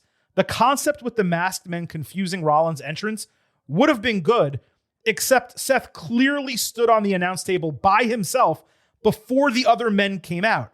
Still, the crowd popped for it though, right? Then they shuffle around the ring to conceal his entrance into the ring for no reason whatsoever, because we already knew which one of them was Rollins, and there was no threat for them to avoid. The only person in the ring was Pearce, who completely no-sold it and called it stupid. The crowd went silent. It was incredibly dumb. And then Rollins doesn't speak, despite now being back for multiple weeks. Now, to be fair, on the other end, the shuffling around to hide Rollins' identity upon his exit, that did work. That was smart. They were obscuring him from the heels. But because they did it beforehand, it was absolutely a moronic stance. They basically gave away their strategy for no reason. And like I said, Pearce even called them out. He was like, whatever the hell that was. He buried it live. And then the parade of a dumb underdog babyface attack, 1-on-2, plus the Usos delaying their save of this guy, That was the cherry on top of the shit Sunday. There is no way that they rehearsed this in front of decision makers and they did it in this manner and everyone around the ring said, yep, this is good. Let's do this exact same thing on television. I don't call for people to lose their jobs, but holy crap, whoever conceptualized this segment and the order of operations it took, they should be demoted at a minimum. They literally had the crowd popping for the gimmick and then dumped all of that energy in record time. That's so ridiculously tough to do. This was really bad, but I'm actually giving it an ugly because it was the opening segment of the show, and the opening segment should never, ever be a dud like this. 0.0. 0.0, Mr. Blutarski. This is fascinating because I actually like this. Oh, come on. That is one Here's big the pile of question. shit. Do you ever watch Power Rangers back in the day? No. So the evil Rita Repulsa and Lord Zed, they had their like minions, their little minion army they would throw at the Power Rangers. Okay. And they were called the Putty Patrol because they were made out of putty and brought to life. Okay. And they would move the exact same way the masked men did here, with like arms flailing and moving around in weird directions. And all I could think about this whole time was they look like the Putty Patrol. For the purposes of this show, if this continues, I'm referring to this group of masked individuals as the Putty Patrol because that's what they are. Fair enough. The concept of Seth can like sneak and protect his way in and out is an interesting concept. Now, do you need to do that to Adam Pearce? No. Now, but does it work to get out of a bad situation if you're outnumbered by a bunch of heels or something? Maybe. Kind of like a cartoon villain, maybe like turns into bats and flies away when the good guys show up. Yeah, a vampire. Yeah, like totally. Yeah. In my head, that's kind of the concept. And I don't hate that. Now, maybe fans were chanting holy shit at the beginning because it almost looked like Seth has an army with him now, which is an interesting like idea as well. He can just sick these masked people on him while he kind of moves forward and whatever. It's when they turned into the Putty Patrol that people got a little bit confused.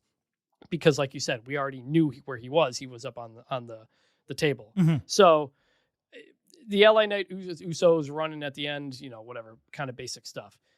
I am interested in Seth Rollins and his Putty Patrol. Stop it. You are not giving this a good. You are not about to give this a good. Because the idea being he is not medically cleared. So who's going to stop him? If he's got this Putty Patrol to keep off security or anytime he does anything, I'm interested. I'm going to give it a light good. Come on. Because what is happening? I am shocked you are that like strongly about something. Like this is like, there's nothing going on with Seth Rollins right now. And so to like introduce this dynamic, I was like, oh, it's interesting. Maybe, we'll see when Braun Breaker comes back if he does. I've never seen anything like this, and it makes me think of cartoons as a kid. I don't get it. I'm sorry. I don't get it. I'm speechless. I mean, look, I'm not saying it's going to be good forever. It might, we'll see where they go. This is what I conceded. I conceded this before, so I'm going to repeat myself. The exit strategy worked, right? And if those guys stormed around ringside and Rollins jumped off the announce table and into the ring and got spoken to by Pierce and all those guys stayed ringside, the Vision came out, they threatened Rollins, they all stormed into the ring, shuffled around, and Rollins disappeared, I would have zero issue with that part of it.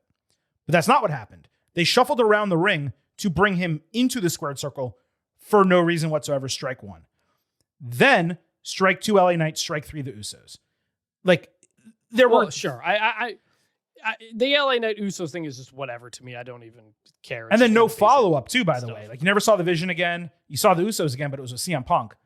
I'm stunned that you're at a good. I thought you'd at least be at a bad. But you know what? Fine. To each their own.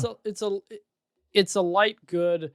I think there was something you said at the beginning of that. I forget. But the shuffling into the ring when they didn't need to obscure his presence initially. I remember. You know what this is like? What? It is like the Army of Stings back in WCW at the day. And the NWO would just attack all of them. Right. not knowing which one was the real Sting, and then the real Sting, you find out, and he but they didn't shuffle around like idiots, and there wasn't one dude. And look, I'm a big guy, like stature-wise. There was one of these masked men who looked nothing like the rest of them, too. It's like, that one's clearly not Seth Rollins. Like, I don't know. And that was the case with the Stings, too. So maybe it's, maybe we get to, I imagine we'll get to a point maybe next week where the Vision just start attacking all of them, not knowing which one is him, and Seth is able to get the upper hand. Like, that's kind of what it is. And, like, all right, like, all right. I'm intrigued, at least. I'm glad we started with this because I am floored at your take, but I respect it. I'm totally shocked. Let's move on. The Putty Patrol. Go Power Rangers. Rhea Ripley and Jade Cargill did a face-to-face in the ring on SmackDown. Ripley enters first. She comes out, flashes an EO hair, I want to say bangle is what it's called. And the face card here of Rhea Ripley was absolutely insane. Now she's wearing EO's name in her hair. Then she gets into the ring and cuts a really quick promo, starts motioning for Cargill to come to the ring with two of her fingers, like waving them multiple times in the exact same motion. And Chris, there was only one thought in my head. Gonna look good, but she's got me saying, "Hey now!" You know what that means. The Hey Now Championship is officially on the line. Jackie Redmond in her incredible dress from last week and Rhea Ripley here. I had to give Ripley the respect she deserves. We are, after all, respectful. That's the entire point of this segment. But to me, it's a clear win by Jackie, and Rhea will have plenty of other opportunities here as the year goes on. Well, it's kind of similar to the debate we had after Elimination Chamber, which is like, it's more like kind of the motions and actions that Rhea is doing as opposed to a look. So just what qualifies is a little bit different here and there. I'm going to say Jackie Redmond retains as well. And still, Hey Now champion Jackie Redmond. Let's just say, though, a portion of the audience probably clipped and saved that moment with Rhea Ripley. I'd be trying to get it in as much as possible, too. Jade didn't get every part of her entrance like usual. Cargill came in, offered and completed a handshake, saying she extended her hand because she respects everything about Ripley, her skill, her fan support, her work ethic, etc. But while she respects her, she's not impressed by her. Jade said she's bigger, more powerful, and more worthy as a champion. She's going to beat her ass at Mania because she's that bitch. And then she dropped the mic. So Ripley extended her hand, got a completed handshake, and said she respects Jade's honesty, and Cargill does impress her physically. She may well be bigger and stronger, but Ripley is the type to rebound, whereas Cargill is not, because Jade's body is built for show and Rhea's is built for fighting. So she can survive and thrive. Ripley said she's going to take the title by force because she's that bitch, and she dropped the mic too. Was this a great segment? It was not. Was it a terrible segment? No, it wasn't that either. It was better than I expected. The general concept of the feud works, but by the time it ended, I said to myself, okay, and? Like, now what? In other words, how the hell do you build this further over another month and a half? The answer, unfortunately, is probably Jade destroying Io Sky. And I'm not trying to speak something shitty like that into reality, but it's the only way I see this progressing. The groundwork was laid successfully, and credit to Ripley for whatever better promos in a situation like this. Even Rhea saying, I'm that bitch, it hit harder than Jay doing it because you actually believed that she believed it. You knew that Rhea Ripley thinks she's that bitch. Well, Jade Cargill just kind of says she's that bitch. Jade, I don't know how to explain it. It just doesn't feel like she wants to be a wrestler. Like, she never comes across as someone who believes her positioning in the company, no matter whether she has a title on her shoulder or not. This was heavily scripted, but with Cargill, there's no other choice. They badly need to figure out a way to progress this from the strength body concept. This may be surprising. I'm at a rare, cautious good for this. Much more is going to be required over the next month and further, but as a start, it was okay. There were so many little things of this that were just weird. For one, Jade offers to shake hands with the left hand. So they did a left handshake, which is just weird. Two, the entire premise of Jade's promo is talking about her muscles being big while she's out there in like a colorful fur coat thing and you can't even see any of them. Like, what if the whole thing was going to be, this is about our bodies and our muscles, then put Jade out there in something that shows it off. She's got plenty of outfits that do. True, yeah. This was like the most covered up she's ever been. Yeah, she should be flexing out there. Yeah, you're right. Yeah, she should be flexing. My muscles are bigger, flexing, getting in her face. It was so weird to do this with her as covered up as she's ever been.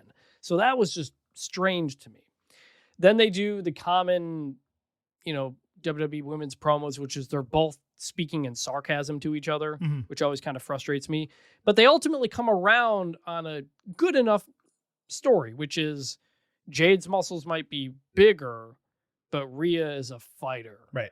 And Jade's body's built for show. Rhea's is built for fighting. Okay, boom. Like that's it. You can sell me on that. That works. I don't even know if it's totally true because Rhea's arms are actually bigger than Jade's. They were, but she's slimmed down a lot. She's lost a lot of her muscle. A little bit, but like the shoulders are still really big. But either way, there are very few opportunities you will be able to position Rhea Ripley as a physical underdog. And this is one of those opportunities. You got to take advantage of that, for sure. Yeah, so I understand going for that. And I imagine the next step in this will be to recreate the famous Triple H Scott Steiner bodybuilding competition.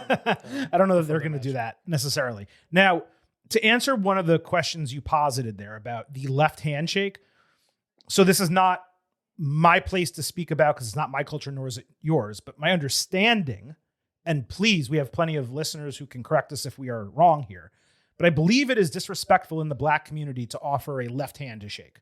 It means like they look down upon the person or don't see them as their equal or whatever the case. Whereas a right hand shake is, normally what you would do. And if that was the case here, then good. Yeah. Then it added to it. I don't know if that was purposeful and meant to speak to a certain audience that understands that, which, I only kind of know. And that's why I'm not like insanely confident in saying that's exactly why it was done. It could have also just been she was comfortable with the mic in her right hand and extended her left, and it was as simple as that.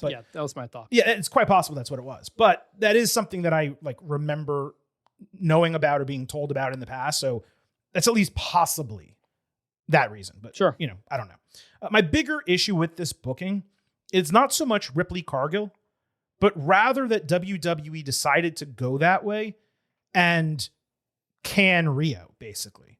Like, they took that away from us when Rio could have headlined an absolute monster women's tag team match that would have allowed WWE to take this women's title and give Jade a less inspiring challenger. Instead of doing one great match and one mediocre match, let's say with Rio involved, the women's tag team, say it could be a 9 out of 10, right? And then any Jade match without Rio would be like a 5 at best. Let's just make believe. We're basically getting 2 6s. And that's just not the move I would have made. I'd have rolled with Rio as a mega over tag team, leading what could have been a memorable match for that women's division. And I'd have allowed Jade to do something less than impressive. Jade, Jordan Grace, Chelsea Green, Meechin, 4-way. Like, that sounds terrible. I get it. I'm not saying that's a great match. But as I've stated before, when you look at past WrestleMania cards, not every match is a banger. And you just have Jade win and retain the title, and you kick the can down the road as you have been before. That's what I would have done. WWE went the other way. I just disagree with that conceptually. That it's understandable. And you, especially as the big EO fan, I'm proud of you for not just assuming EO is going to be attacked and used as a prop in the storyline. Well, I did mention it. If we get, I did say it's possible to still happen. Yes, but you didn't come back to it. So if that happens, then we will touch it. But we're just at this point, we're just talking Rhea Jade at this point, and I get it. They're two of the biggest visuals, popular people in the company in various ways, especially in your women's division. Mm-hmm. And you didn't have Rhea Bianca available. So who's the biggest person Jade can fight? This is it. It is indeed. So this was a good enough start to it.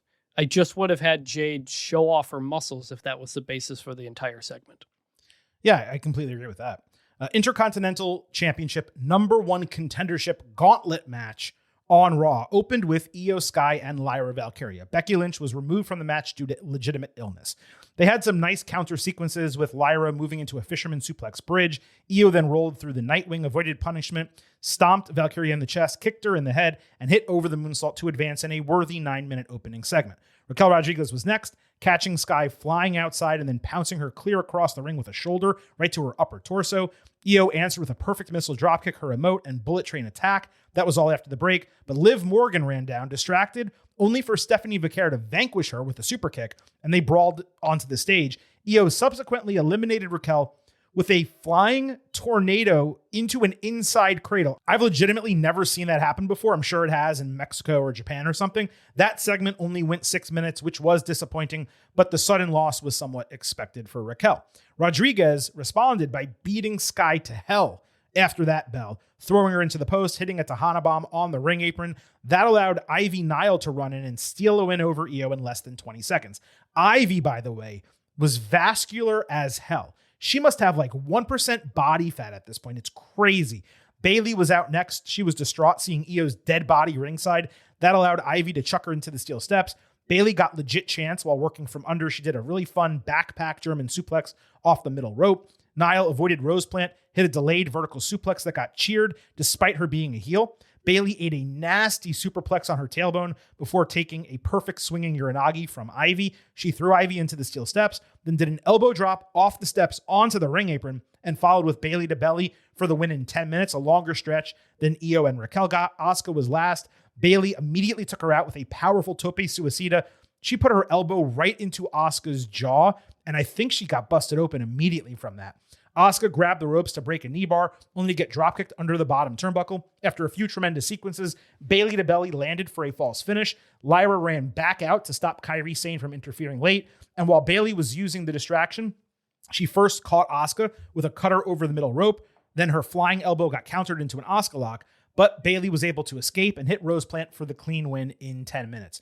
Before this match, I put together how I would have booked the gauntlet in our Slack channel. You can click the link in our social media profiles at Getting Overcast, join the channel, talk about wrestling all week long with both Vintage Silver King and all of our Getting Overheads. While this match did not go as I expected, it looked like I was getting the end result right with Asuka winning until I did not. This was a far better gauntlet than the equivalent on SmackDown. We'll talk about that a bit later. While those watching in the United States without VPN, you got each segment interrupted, all but one of the real bouts still got a decent amount of TV time. And for those living elsewhere or using a VPN, this went 38 minutes straight. Io is so strong that Lyra losing clean was fine. I just wish they got a little bit more time. Sky was subsequently protected like crazy given the beating that Rodriguez gave her. Liv trying to help Raquel with Stephanie getting her lick back. That was smart. Bayley working her entire first segment purely to showcase Ivy. That was awesome of her. She's always putting over the other women. Nile appropriately shined. She gets limited opportunities, needs to make the most of them. And we saw Bayley to belly finish a match instead of Rose Plant, which was a plus. I could have sworn that Asuka would beat a worn down Bayley in that final stanza. So the finish was a surprise, but Asuka's loss was excused. And Bayley badly needed a win, particularly at this time of year. Plus, she gets to have a dream match with AJ Lee, recalling their Divas title match in NXT. This was a pretty great gauntlet. 3 separate stretches of strong wrestling. And if those other 2 segments had been a bit better, this would have been an A-. Instead, 3.75 stars, B+, and a good. Yeah, this was really good. WWE's got a good track record with gauntlet matches. We'll get to the other one later, but especially singles. Yeah. And everybody kind of got to look pretty good here. Perhaps most surprising, Ivy Nile, like getting some time, getting a win. You mentioned she looks vascular. She has just launched a YouTube channel with her, I think, husband, where they just do insane workouts. So she's very much doing that kind of in the same mold that Sheamus does his YouTube channel. So good to see. I've been an Ivy Nile fan for a while. She's never really gotten much time. So this was something. You know, she didn't go far, but it was good to see because I still think there's something there. Really good final stanza between Bayley and Asuka. I was just really surprised Bayley won because what does this set up? Another face versus face title match. Mm-hmm. So I was like, okay, like Bayley AJ is like fun, but there's not a story there again. And so, all right, like maybe are they really going to kind of move? It feels like we've been waiting and waiting. The Bayley Lyra something. Mm-hmm. We've been waiting for months. Like they're acknowledging that they're there. but not pushing it forward yet. And then I guess we got it here, even though Lyra was the first one out. So half dozen, whatever. It's still overall a good segment. There's so much time until WrestleMania. It's tough to like confidently project the card too much based on this result. If Asuka had won, I figured she was going to beat AJ. Becky would help her. That would move the title into a Joshi feud with Io. There was a clear road to that. I have no idea what they are going to do when they did not interact here, Io and Asuka. Though, Io did stare at the Kabuki Warriors during the cold open walk-ins. She was behind them. Bayley, I've always had pegged as part of that tag team feud with Lyra. I figured they would atone for WrestleMania 41, give them the championships. That's still possible as long as Bayley doesn't win the Intercontinental title. If she does win, we could be looking at Bayley Lyra at Mania, which would be interesting, and that would be pretty solid. Something I forgot to say, but I want to before we move on also. There seems to be this prevailing sentiment out there that Lyra is getting buried, or even stupider, that she's being punished for the handcuff botch at SummerSlam. What? Yeah, I know. This is a moronic take. The thing that they used to make a better storyline in Unreal. In Unreal. Is Valkyria as featured as I expected she would be coming out of her Intercontinental title reign? No. Is it possible that multiple factors played into that, including AJ Lee signing with WWE? I say yes. But even if not everyone can be pushed at the same time. Roxanne Perez was losing a bunch before she got injured. They're both young. They will be rotated into prominent positions when the time is right. Liv Morgan was on the main roster for 5 years before she won Money in the Bank. Yeah, Lyra is way more talented than Liv was at equivalent points in their career, no question. But she's been on the main roster for less than 2 years, already worked a huge program with Becky, and now she's working with Bayley. Everyone needs to calm down. Lyra's going to be fine. They're booking her okay. There's a lot of women in this division, and they got to figure out ways to feature all of them. Lyra has, to this point, gotten the short end of the stick in 2026. There's plenty of year left. Everyone calm down. And it's at a point where, like, the women's division is incredibly strong and deep, and a lot of people are getting time. It's not like someone's wasting their time with something and, oh, why can't Lyra be in there instead? Right. If you want to say, hey, maybe you did Lyra Jade and Rhea stays in the tag team division or something. See, there, hey, now we're cooking. Now we're cooking something there. I like that. But especially the women's mid card have been really solid for a while here. So yeah, like we know Triple H loves Lyra. Mm-hmm. Like we know that. It's going to be, she's fine. Sometimes you're not doing much. Sometimes you are. We were having this conversation about Carmelo Hayes for like a year. Right. And like you could tell by the fact that he was still like showing up on TV that they're like, oh, he's just in a holding pattern for a while. And eventually they'll call him up to a higher stage. And that's what'll happen here. It's fine. The percentage of talent that WWE is utilizing on television is higher than it has ever been when it comes to people. It's why these shows take so long. Yeah, it's right. You're 1,000% correct. Our podcast takes so long. No, you're 1,000% right. They are using, back in the day, they were using like 40 to 50% of the roster during the pandemic. Now that I don't have the exact number, I'd have to look, but they're using like 85%, maybe even higher when people are injured, of these active rosters on television, maybe not weekly, but monthly. And like, that's what it should be. You can't use everyone. You can't get 100%. You can get 80, 85. And that seems to be what they're doing. Backstage with Lyra, Bayley was excited about her opportunity next week while praising Valkyria for getting her back. Lyra supported her title chance before Bayley put AJ over as a legend who paved the way for many of them. Bayley expressed how badly she wants to win the Intercontinental Championship, then suggested Lyra be her first challenger if she wins. I'm not entirely sure why WWE dropped the split personality gimmick. It now appears that is the case. Perhaps the idea was Valkyria being her partner saved Bayley from herself. But if so, they didn't really tell that part of the story in its entirety. Or maybe she loses this title match and flips out again. That's possible too. They only got like halfway there, living on a prayer shit. Anyway, good for this as a quick build to next week. Yes. And I also need to do this just because so many people wrote in, but Bayley on Raw Monday night. Gonna look good, but she's got me saying, hey now! And that means by default, the Hey Now Championship is up for grab a second time on this episode. Jackie Redmond defending against Bayley. For me, this is a really easy win for Jackie, but respect where it is due for Bayley, who always looks great on TV. Yeah, I had actually thought about this as well.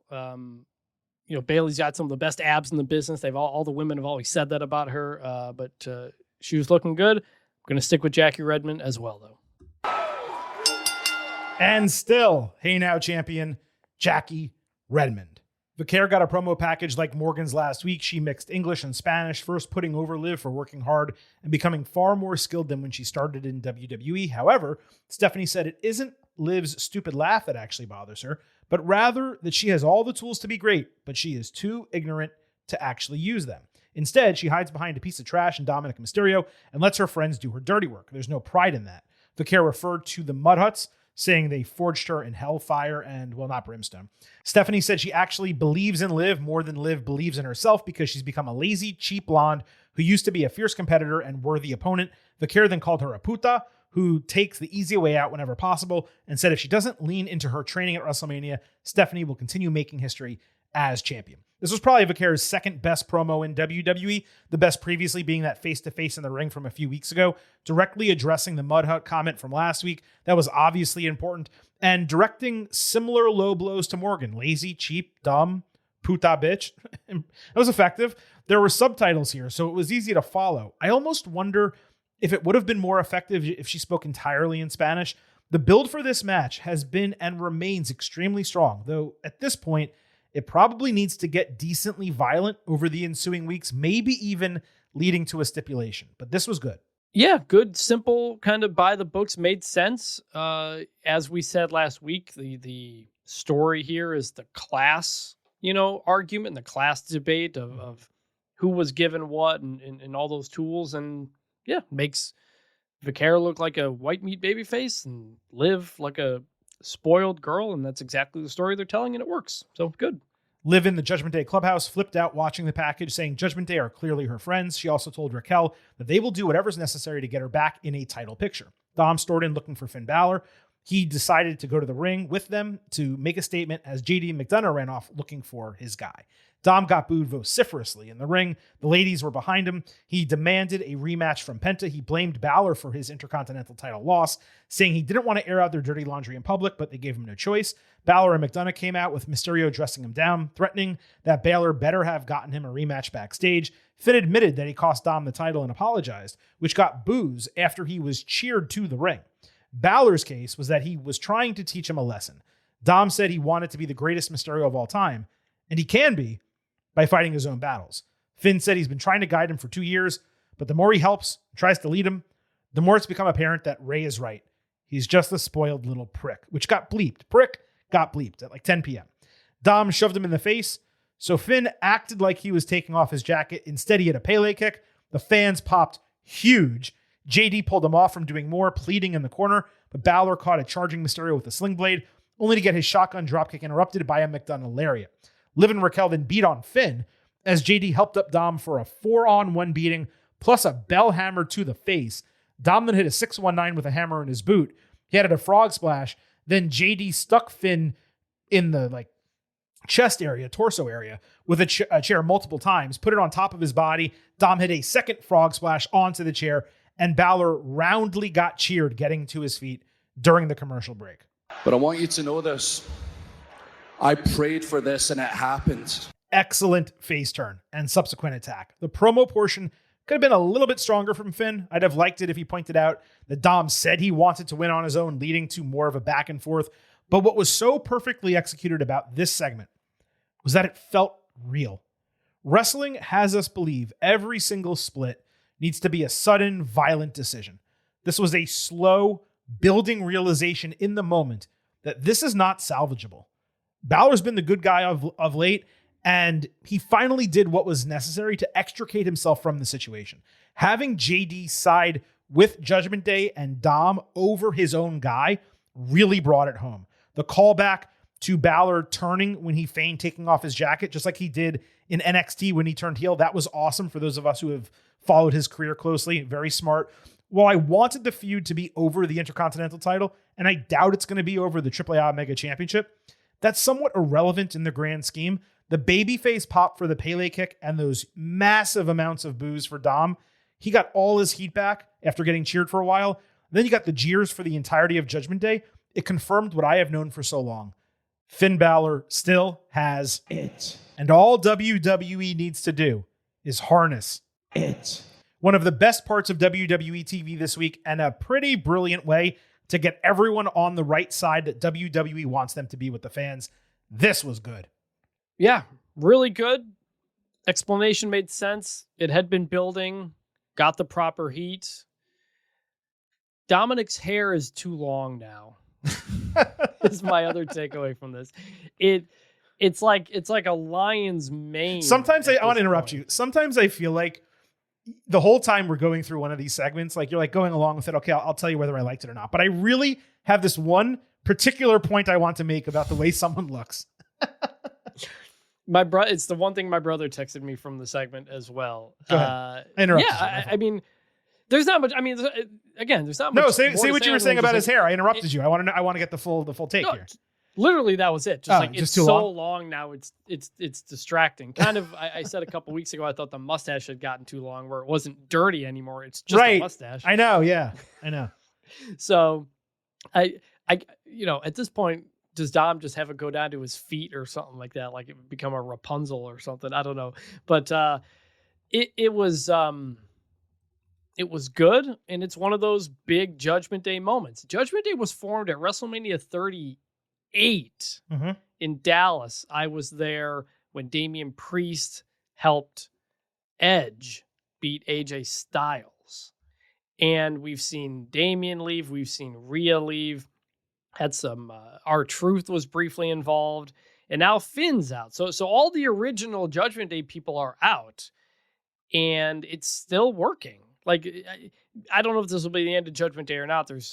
We'll see if it can hold on. But another person out of Judgment Day, another Judgment Day story, and I'm into it, and the people are into it. It's been such a great conduit for stories and character development for everybody. Finn was so much better for having gone through this. Yeah, that's the key with Judgment Day. Before I get to that on the mustache comment, if it was red, he'd be on his way to Yosemite Sam. So like all the hair probably needs to get trimmed back a little bit. But I'm at the point now where I don't want there to be a full Judgment Day breakup and explosion, at least not at any point soon. This is the fourth full iteration of the group, not counting the comedy versions with R-Truth and Carlito. And it's still working. Like, it took longer than everyone wanted for this version to show itself, almost certainly because every member has gotten injured in succession over the last year, including now Roxanne Perez, who's out of action. But as long as the members rotate and it stays decently fresh, WWE may have its own version of the Bullet Club on its hands. Consider that Rhea Ripley was reborn in this group. Damian Priest was elevated into a believable world champion. Same with Liv now on a consistent basis. Raquel has suddenly become a believable champion. JD gets on screen regularly and got a ton of heat on Monday night. Even R-Truth regained a new level of popularity from his run with Judgment Day. It has been a massive success for basically everyone. You're saying Balor as well. I'd say he's the one individual that hasn't benefited from it that much until now. He's largely been used to get the others over, but his exit worked tremendously, and to a point that listener Scoops at EJ Maroon sent in. This is basically WWE's Ship of Theseus. The parts keep changing, and even though no originals are left, it still kind of feels like it's the same thing, but it's not. Yeah. There was a show I used to watch called Legends of Tomorrow. It was part of like the Arrowverse with Green Arrow and Flash. And it was basically all these like C and D level characters who were just kind of thrown together. And the show ended up kind of finding a real heart. But every year there'd be some characters would leave and some new ones would come in. And by the end, it was like maybe like one original person who was still on it. Right. But like it always worked because whoever was kind of like in charge of, writing an ensemble was really good at it. And I love the idea that you said that Judgment Day just doesn't die, that lots of people can rotate in and out through it. That's a great way to do it that also doesn't overbloat it like NWO did. Exactly. You have to get people out if you're bringing new people in, right? Yes, you can't get too big. So they have found a good balance to that, to the point where, like, again, this was started to help Edge. And it wasn't even very good there. It's not even until they turned on Edge that it really got going. Right. That's when it got good. But that's fun. I like that idea that it could be a new Bullet Club type of thing. Don't like push it as such, but just the idea that it's always there. By the way, Judgment Day is now, at least to my knowledge and memory, the first faction in WWE history that has more women than men in a mixed group. That's awesome. Probably. And that's, I can't wait to see what they do with that. And one more note, not for nothing. It's interesting Balor is being elevated now with AJ Styles retired. It's almost like he's taking over that elder statesman babyface role, who's probably going to see some success in the mid-card tag team storylines, the occasional main event elevation, but also continuously help get other people over. It's pretty smart. I obviously hope for more and just want one world title run somewhere. Somehow. Had to get that in. And I also wanted to note, Balor's probably going to be out for a couple of weeks to sell this attack because it was significant the way he got beaten down. That is going to be great because it should engender a huge babyface pop upon his return, however that comes and whenever that comes. Two comments. One, on the Judgment Day part, like Finn, maybe he wasn't elevated, but he stayed relevant throughout it. I think we've seen on Finn on the main roster has a lot of ups and downs, and he stayed very steadily like important because of Judgment Day. Like if there hadn't been a Judgment Day, who knows what Vince McMahon would have done with him, at some point in a bad way. So it's kept him there. And I just hope that whatever he does post this, kind of like you said, maybe it's the AJ Styles role where he continues to be around. Because remember, he is 44 years old. And that reminds me, something I forgot to say earlier, the Drew McIntyre whatever part. We theorized maybe McIntyre versus Aldis. Like we've talked about it. We didn't mention it earlier. Right. We didn't. Just good point. That possibility is still there. You know how old Nick Aldis is? 42. 39. Wow. Okay. He's still a young dude. He's 5 years younger than Finn Balor. It's crazy. So I don't know. Like he's had some injuries and stuff, and surgeries, but if he comes back, he will be younger than a lot of the top of the card. I still believe they need to figure out a way to do all this against Pierce. Like you have two guys who are you have two guys who are legitimate wrestlers. They were both NWA heavyweight champions. And you're telling me we can't get on a Survivor Series card a Raw versus SmackDown GM match of some kind? Or they lead Survivor Series teams or something like that, where they wrestle and they're the final two. Like, really? My only concern is, should it be a competition, or if you look at them, does Nick Aldis wipe the floor with Adam Pearce, who was a great wrestler in his own right, but never the physical specimen that Magnus was. True. And now, especially that, Pierce isn't wrestling, who knows what he looks like under the shirt. Yeah. But like Aldis is pretty clearly still built and like ready to go. So let's move to the U.S. Open Challenge. Carmelo Hayes against an opponent to be determined. Nick Aldis backstage put over the job Hayes has done as champion, saying he's received numerous intriguing requests as Melo's next challenger. El Hijo de Dr. Wagner Jr. answered, and I'll tell you what, it was personally great as a viewer to have an actual surprise. Now, the crowd was understandably cold, not knowing him from me, Adam. Unfortunately, these guys were clearly unable to communicate in the early going. There were a string of 3 or 4 consecutive mistakes. That was incredibly rough. Melo came back with a blind springboard, all of them actually. The draping leg drop, the DDT, hit both of those during the break. Melo's La Mystica is now apparently being called Dirty Diana, which Wagner got a near fall on a deadlift powerbomb, but got caught flying with first 48. Wagner came back with a spinning Liger bomb, but missed a moonsault, allowing Hayes to hit nothing but net and retain the title. The crowd did come alive over the latter half of this match. They reacted well to both guys. That was nice to see them actually care about the wrestling and follow accordingly. The match was well wrestled too. Melo lifted Wagner after the bell, handed him the Latin American Championship just as a means of putting him over. Strange to bring up a luchador in Portland, of all places. There's got to be better options than that. This was certainly done for AAA promotion, but it probably worked with a segment of fans. In a rarity, I'd argue WWE should have been more heavy-handed trying to get people to understand, hey, you like this guy, you should watch AAA, and you should watch Wagner as well because he's the future. Not the best open challenge to date, still good. Yeah, I was unfamiliar with him, and like you said, kind of a little messy at the beginning, but it got going, and it was fine. It was good. Like I much prefer a synergy for AAA than I do for some Netflix show or something, Every single time. Ilya Dragunov backstage reiterated that he does not deserve a championship opportunity given his losing streak. He credited his mother with developing his warrior mentality, saying he's fighting the way she would. The Miz took issue with this, telling Dragunov he should be accepting every single chance that comes his way. Kit Wilson interrupted, saying Dragunov's masculinity has made him toxic. Ilya agreed with them that fighting is always the answer, and Miz passed that buck to Kit, telling him to jump at the same opportunity. This was a nice job showing a more human side of Dragunov, which really had not been done to this point. While he's not heavy in a title picture right now, this would be the perfect opportunity to dive deeper into his backstory, teach the audience about him. That way, he's raring to go coming out of WrestleMania. Like good. It's like the first character development they've done for him on the main roster at all.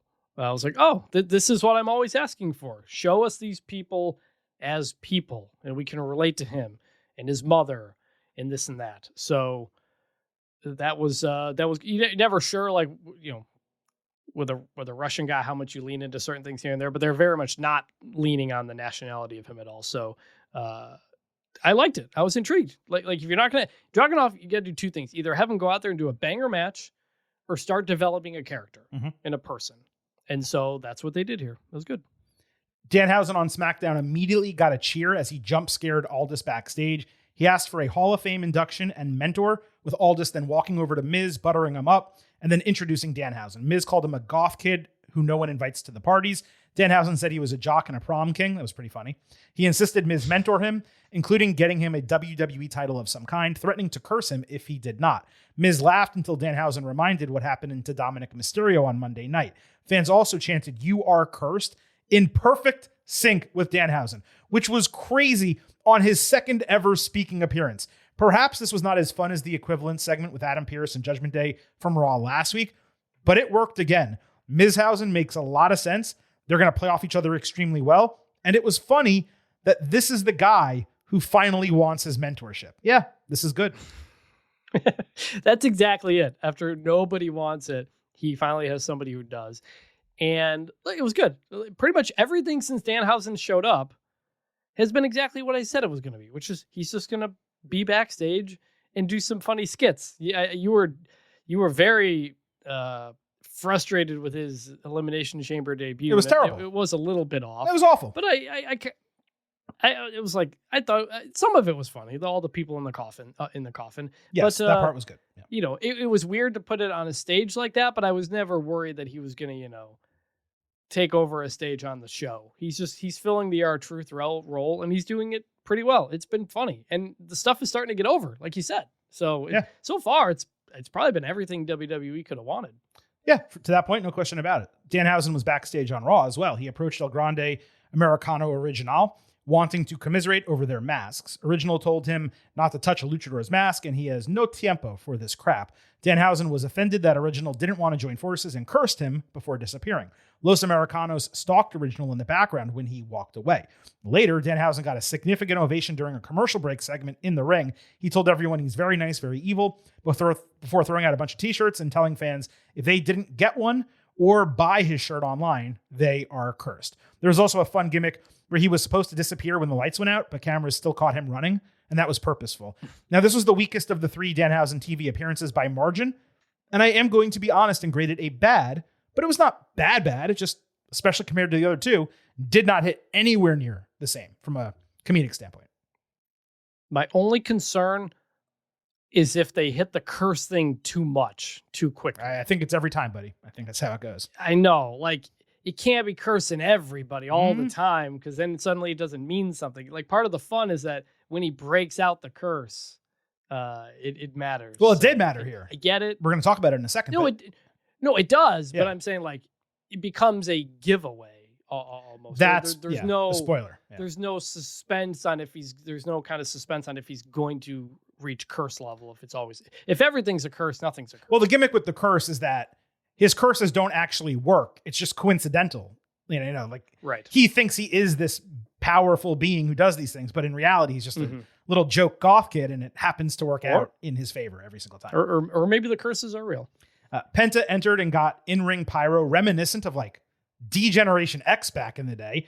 But there was so much. It was insane in the best possible way. Fitting for him, made him feel like a big deal. He also cut a pre-match promo of appreciation, saying the title belonged to everyone who never gives up. Penta represents the people who fight in their lives. He said the title was a result of hard work, sacrifice, and believing in yourself every day. Then he spoke in Spanish, saying for all of his people watching in Mexico and Latin America, wrestling is life itself. It doesn't matter how many times you fall. You fight every day until you reach your goals. You live every day with zero fear. I usually don't separate promo segments from matches, but I wanted to in this case because, Chris, this was a hell of a babyface promo. Penta's energy was at a 10. The crowd was cheering no matter what because they love him. It didn't matter if they understood what he was saying in English, Spanish, or a mix. But as Michael Cole expertly said when this was over, I know we've been tough on Cole recently, but he nailed this. It was impossible to listen to Penta in that moment and not be a fan. One of the most energetic and responsive babyface promos the WWE has had in quite some time, and easy good. Definite good. It's the kind of thing I was wondering if we should have gotten before he won the title. Kind of build up to that moment as I was talking about before, which is like Penta has this great backstory, and Corey Graves will like share some of it sometimes on commentary, and I'm like, wait a minute, like let's get that from Penta more. And so he wins the title, and then we get the promo. Great promo. The first part that I could understand. Second part I couldn't, and I sent you. I just told you what he said. Clip of, yeah. So, yeah, it was good. It like sometimes like just having baby faces cut classic babyface promos works. You like again with all these wrestlers, man, they're people. You need fans to root for them as people, right? And just saying stuff like that is so important. I'll tell you what, man. Between Penta and Stephanie Vaquero on the main roster and watching AAA every week, I'm not saying that I'm actually learning Spanish again because I'm not, but it is flooding back to me like verbs and nouns and adjectives that I've long forgotten that are buried deep back in the recesses of Silver King's mind. I'm picking them up again. Now I use Google Translate to help me with these promos so I get everything right on the show, but I'm getting like 65% and pretty proud of myself for that. I'll give myself a little Barry Horowitz there. So I don't know any Spanish. When we were in middle school, you could take French, you took Spanish, French, didn't you? or Chinese. And I chose French because with French in 8th grade, you got a trip to Montreal out of it. Oh, so okay. I That's did. Cool. So I chose French, and because I was up right near Canada. Sure. We'd go to Canada all the time, and I was like, hey, let's do French. Never ever had to use the French until I went to Paris last year, and I did use some of the French, and I've been doing Duolingo and like the daily, just keep my streak alive. It's up to like 280 days in a row or something. So I'm getting the French back to me. It's just not at all helping with wrestling or any other part of my life. Yeah, I think what I'm struggling with is the verbs. Like I still nouns, adjectives, and articles. I struggle with nouns. Yeah, I have most of those, but not most. I have enough to get away with things. But the nouns, I just, like there's only so much trabajar. I'm gonna, remember. There's so many nouns. Obviously, there's thousands probably, and I know most likely 5% of them, and that's where if I can pick those up, I'll never speak it fluently or anything like that, but at least I'll be able to hear a promo and not use Google Translate. That's my goal, really. Intercontinental Championship, Penta defending his new title against Original. I did not love that this was a title match without build, especially considering Original lost the Elimination Chamber qualifier, but he did beat Rayo Americano last week. He's been around Penta plenty and he was a babyface, so it wasn't the worst booking, except it was not Original who wrestled. Instead, Grande showed up and got booed, presumably after Americanos took out Original, as I alluded to earlier. So it did make more sense.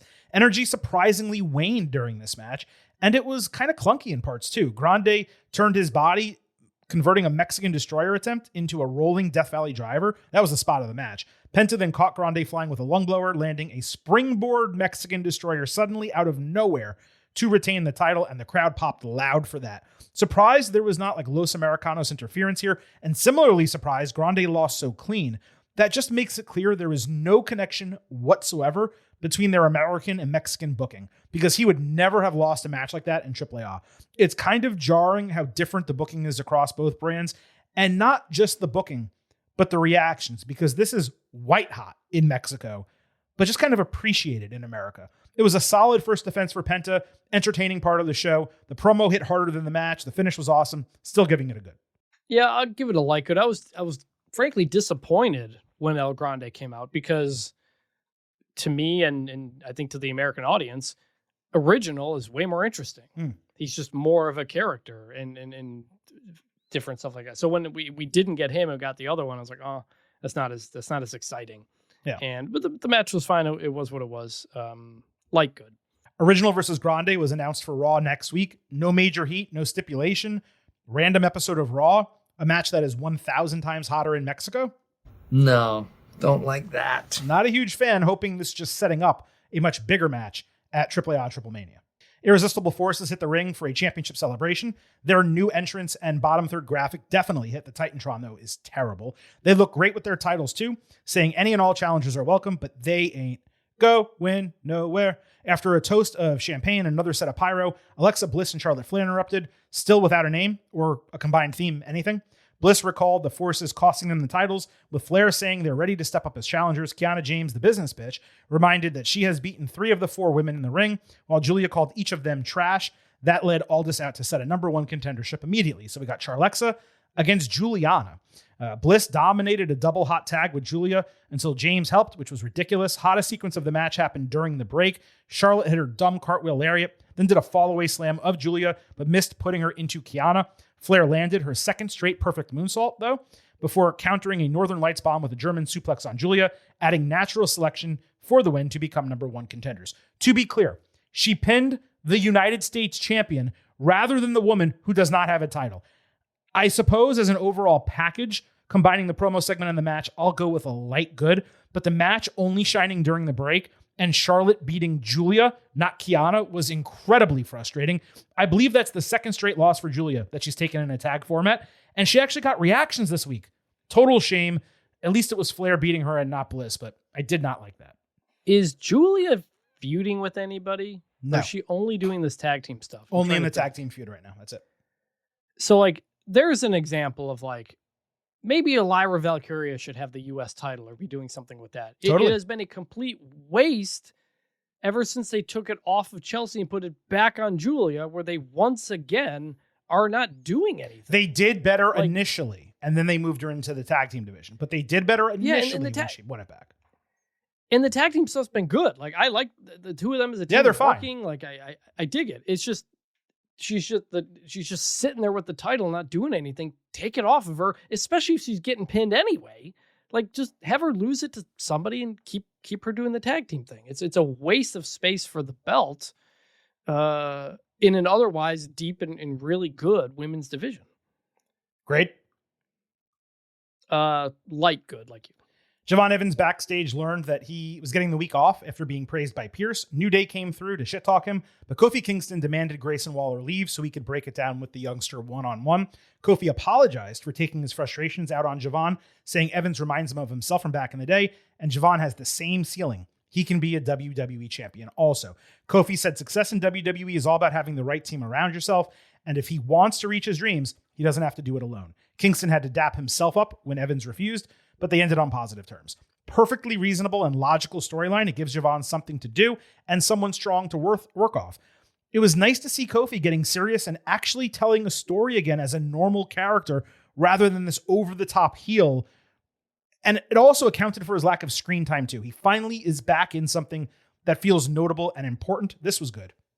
It was good. And I'm going to do that thing I do sometimes, which is point out something completely random. Is this the first time we saw Grayson Waller with a goatee? No, he's had it recently, but it was really full and noticeable. It's like getting really pronounced. And I'm just like, oh yeah, he's there. And right. Still think he's a talented talker who never gets to do anything. So, oh well. And then he gets pushed out of this one too. But the Kofi stuff was interesting for sure. Now, Julia getting pinned earlier was one of those other moments from SmackDown that really irked me. Not as much as tag team turmoil.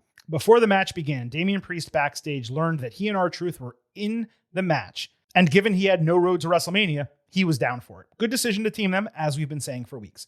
The match opened with Motor City Machine Guns and Fraxium. The latter team didn't get a TV entrance. Fraxium hit Quattro Tope Suicidas. Alex Shelley's head got driven into the barricade on the last one. They did good work, and they got 7 minutes, but 5 of it was during a break, so we barely saw them fight. There was also a convoluted finish where Axiom got the fall with a foot on the ropes. It was like pushed on and off the ropes, and it gave MCMG and Out a reason to kind of get into each other. Los Garza were next. Berto threw Nathan Frazier off the ropes into the barricade before they hit MTY to beat Axiom in 2 minutes. The subsequent Wyatt 6 entrance lasted nearly as long as that match segment, and their 2-on-2 match started during the next break. This was infuriating. Joe Gacy hit a nice deadlift belly-to-back suplex on Berto, but Tonga Loa pulled him off and out of the ring before Tama Tonga distracted, allowing Berto to get a tights-aided roll-up win in 6 minutes. The Six and MFT fought to the back as Priest and Truth entered. The show immediately went into another break. Truth and Angel had a really fun bit during commercial. Priest dominated on a hot tag, pouncing Angel over commentary and landing Broken Arrow on Berto. Truth did 5 moves of doom and STFU. The faces then did stereo bell claps before simultaneously hitting South of Heaven and Attitude Adjustment to become the number 1 contenders. The final match went 7 minutes, again, half of it during commercial. And I should mention that Priest wrestled the whole time in a Wepa shirt, while Truth is now completely bald, having shaved his head. What's clear is that WWE booked this match to knock out a bunch of commercial breaks to clear the way for the WWE Championship main event to go commercial free. It's tough to complain a little too much considering that reasoning, but that doesn't change what was actually delivered. This had 5 teams who have not been on TV much. We barely got to see any of them wrestle. On top of that, a makeshift team came out on top, which only further proved the worthlessness of everyone else in this match. Consider that Fraxium was the best tag team in the world, putting on some of the best matches of 2024 and early 2025. Now we are lucky if we see them wrestle on TV for 4 minutes. The division entered Friday night cold, and while it's now perhaps a tad warmer, everything came across stale as hell. None of the fans gave much of a shit for anyone until Priest and Truth came out because they've not been given reason to care about these teams. All of them have been on ice for 5 months, so the Six and MFT could kill this division. I'm glad this was on TV, everyone got to work, but running a gauntlet where we could barely watch the wrestling, only for a non-team put together that night to win, it would have been bad on its own, but using the whole tag team division to put over 2 single stars suddenly jammed together on night 1, even though I wanted them to be teaming, Chris, that just makes this ugly. Market zero! Dude, not cool. That is one big pile of shit. There's a part of me that is tempted to give it a good just because the Wyatts didn't win. Like, don't do when that. they came out, I was like, oh God, this is happening again, isn't it? And it didn't. So that was a positive. I think Truth Priest winning was a positive. Now, were they the last team in? Yes. Truth and Priest? That was the other thing. I was like, when you have a babyface win a gauntlet as the last person out, they're the newest team and they tough. got the best spot. Yeah. Well, this kind of goes back to what I said at Chamber, which was like, there's never any kayfabe story around the order of who starts in the match and who doesn't. It's especially true in gauntlet matches. It's just like, that's such a natural debate point that I've always been surprised that WWE doesn't like lean into wanting to be later in a gauntlet match. That's so valuable, but they've never really done much about it. So, okay. I think like Truth and Priest were doing stuff backstage the last few weeks, but I would have liked it to have been like Truth wanting them to be a team and Priest saying no, and then kind of convincing him. We root for exactly. We want as viewers Priest to lean in and say, okay, let's do it. And then for one, that's a moment there when Priest decides to do it. And then they're in this match and they go through a couple of teams. It's like, holy crap, are they going to do it? And then they do it and then they win and we're behind them. It wouldn't have taken much to do that. All they needed to do, bit more you're effort. right. The last couple of weeks when they were standing backstage popping each other, you just have them also talk about teaming. Priest declining, eventually says, okay, I'll give you a match, or Truth gets attacked, so Priest gets his back. They win a match. They say, you know what, let's make this a tag team thing. And then they're in the gauntlet, and I have much less of a problem with the way this is booked. But they didn't do that. Yeah. That's not what happened. No. That's not reality. So like I'm gonna give it a bad because there were some things that I liked. By the way, MCMG needs to go heel. Nothing they have done so far has worked. They've been much better in that role historically in other promotions. But they in the division, they would actually need to be on TV for that to matter, so I'm not holding my breath. Also, Bo Dallas cut a VHS promo on Solo Sikoa, saying he will not rest until the lantern is returned to him, and the family will be constantly looking over their shoulders, learning there is nothing else for them but to run. Please end this shit. for the love of all that is holy. And if you put this on WrestleMania, I'm going to lose my effing mind. MCMG backstage found Candice LeRae again standing over a planking Johnny Gargano. Chris Sabin had an issue with the match finish, as I discussed, wondering why Shelley was more concerned with Gargano than working out their issues. When they left, LeRae told Gargano he needed to get over himself and get back to being Johnny Wrestling, the guy who can do it himself. So Gargano popped up out of nowhere, ran to the ring, and he was ready to do something about it. He grabbed a mic, saying he's tired of pretending he's not one of the best wrestlers in the world, and it's time for him to remember he's Johnny Wrestling starting tonight. And the fans kind of cheered for him. His subsequent open challenge was predictably answered by Obafemi. Fans even chanted, knowing that it was coming. But I will reiterate, they were starting to cheer for Johnny when he cut the Johnny Wrestling promo. So Gargano, who was in regular clothes, sold his despondency perfectly. The video clip of that is going to be memed constantly. He didn't back down, though. He ate 5 running European uppercuts, the puff puff toss, which is a great name for that move, and fall from grace to lose in 1 minute. He immediately went back into planking position after the bell. I knew where this was headed the moment he stood backstage, and I still had hope that Gargano was going to come out and say he was going back to NXT to find himself or something like that. The crowd reacting to him a bit when he said he wanted to be Johnny Wrestling, that was so positive. It told me there may actually be something there. Maybe Silver King's not crazy. There's this thin light of hope. And then they literally squashed that immediately with Oba. And that was kind of depressing. I'm not going to say Gargano was buried because he continued into the planking gimmick after, so maybe this is all part of the plan they're concocting. But the promo that he cut should have happened this week after he got squashed by Oba, not before. That would be the wake-up call that he needed. It was also repetitive for Femi to basically do the same thing a third time on SmackDown. Not just a squash win, but an identical sequence. He's doing the same moves every time he's in the ring. He's capable of so much more than that. Gargano, a former NXT champion, mind you, he should have been able to put up some kind of fight, even in this depressed state. So I'm going with a bad. I'm not angry at it. I just thought this could have been way more interesting and ultimately far better if they booked it a little bit differently. So to go back to the beginning, the MCMG thing, and I forgot to say this in the last bit, but that foot on the rope finish, did you think in the moment that it was a mistake? No. Like a botch? No, I didn't. Okay, because I did. And I was like, maybe they have to change who's winning the next match or whatever. Not that MCMG was going to go to the end, but maybe something was supposed to happen. I don't know. But then when they brought it up here, part of me was like, is that an attempt to cover for it, or is that the story? I don't know. Either way, I think it's them. Not consequential. I think it's them trying to give MCMG something for the first time in a long time. Could be. I've enjoyed the Gargano planking thing like more than I thought I would. It's actually turning out to be pretty funny. The Oba stuff I just didn't care for because it wasn't interesting. It wasn't going to be interesting. It was exactly what you thought it was going to be, and I don't think that helps anybody involved. Exactly. So it's just kind of a waste of time. Gargano has never done anything on the main roster, really. Like, he's won some tag titles, but I don't think like ever been like important compared to what he was in NXT, which was a legend. Right. It's just never kind of been there. So like getting some crowd response was notable, but it's not like a Finn Balor thing where you're hoping he gets back to somewhere where he was in the main roster. So it is what it is with him. But I've actually been more entertained by this thing he's doing than I have been in a long time. Yeah. Gargano can be a legitimate underdog. He can win a mid-card title if they book him properly. There was a period when he got called up and re-signed with WWE where I said, I wasn't comparing them as talents. Let me be very clear.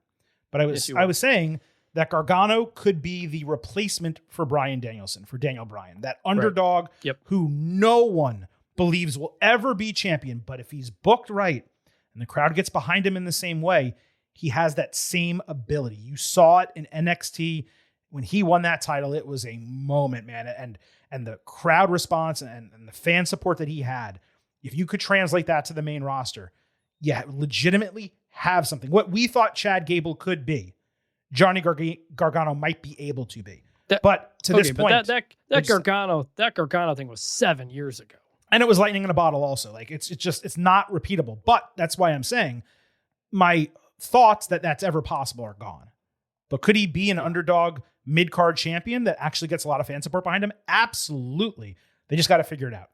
They got to figure it out. I will say he's been more interesting than I thought he would be when Ciampa left. He's a great character actor, dude. He like it would have been easy to just be like, all right, he's doing singles wrestling and losing and that's it. But like the planking thing, as stupid as it is, sometimes that stupid stuff just like ends up being, it kind of works in wrestling. I wish you were really watching NXT when The Way was a thing with Candice LeRae and Austin Theory and Indy Hartwell. Like that was him being a heel. It was so good that they became faces. Man, that was such a great era of NXT, and like it really just showed how versatile Johnny Gargano can be. But let's move off. We have a little bit more to do. Oba Femi on Raw fought Rusev. This is Monday Night Meat.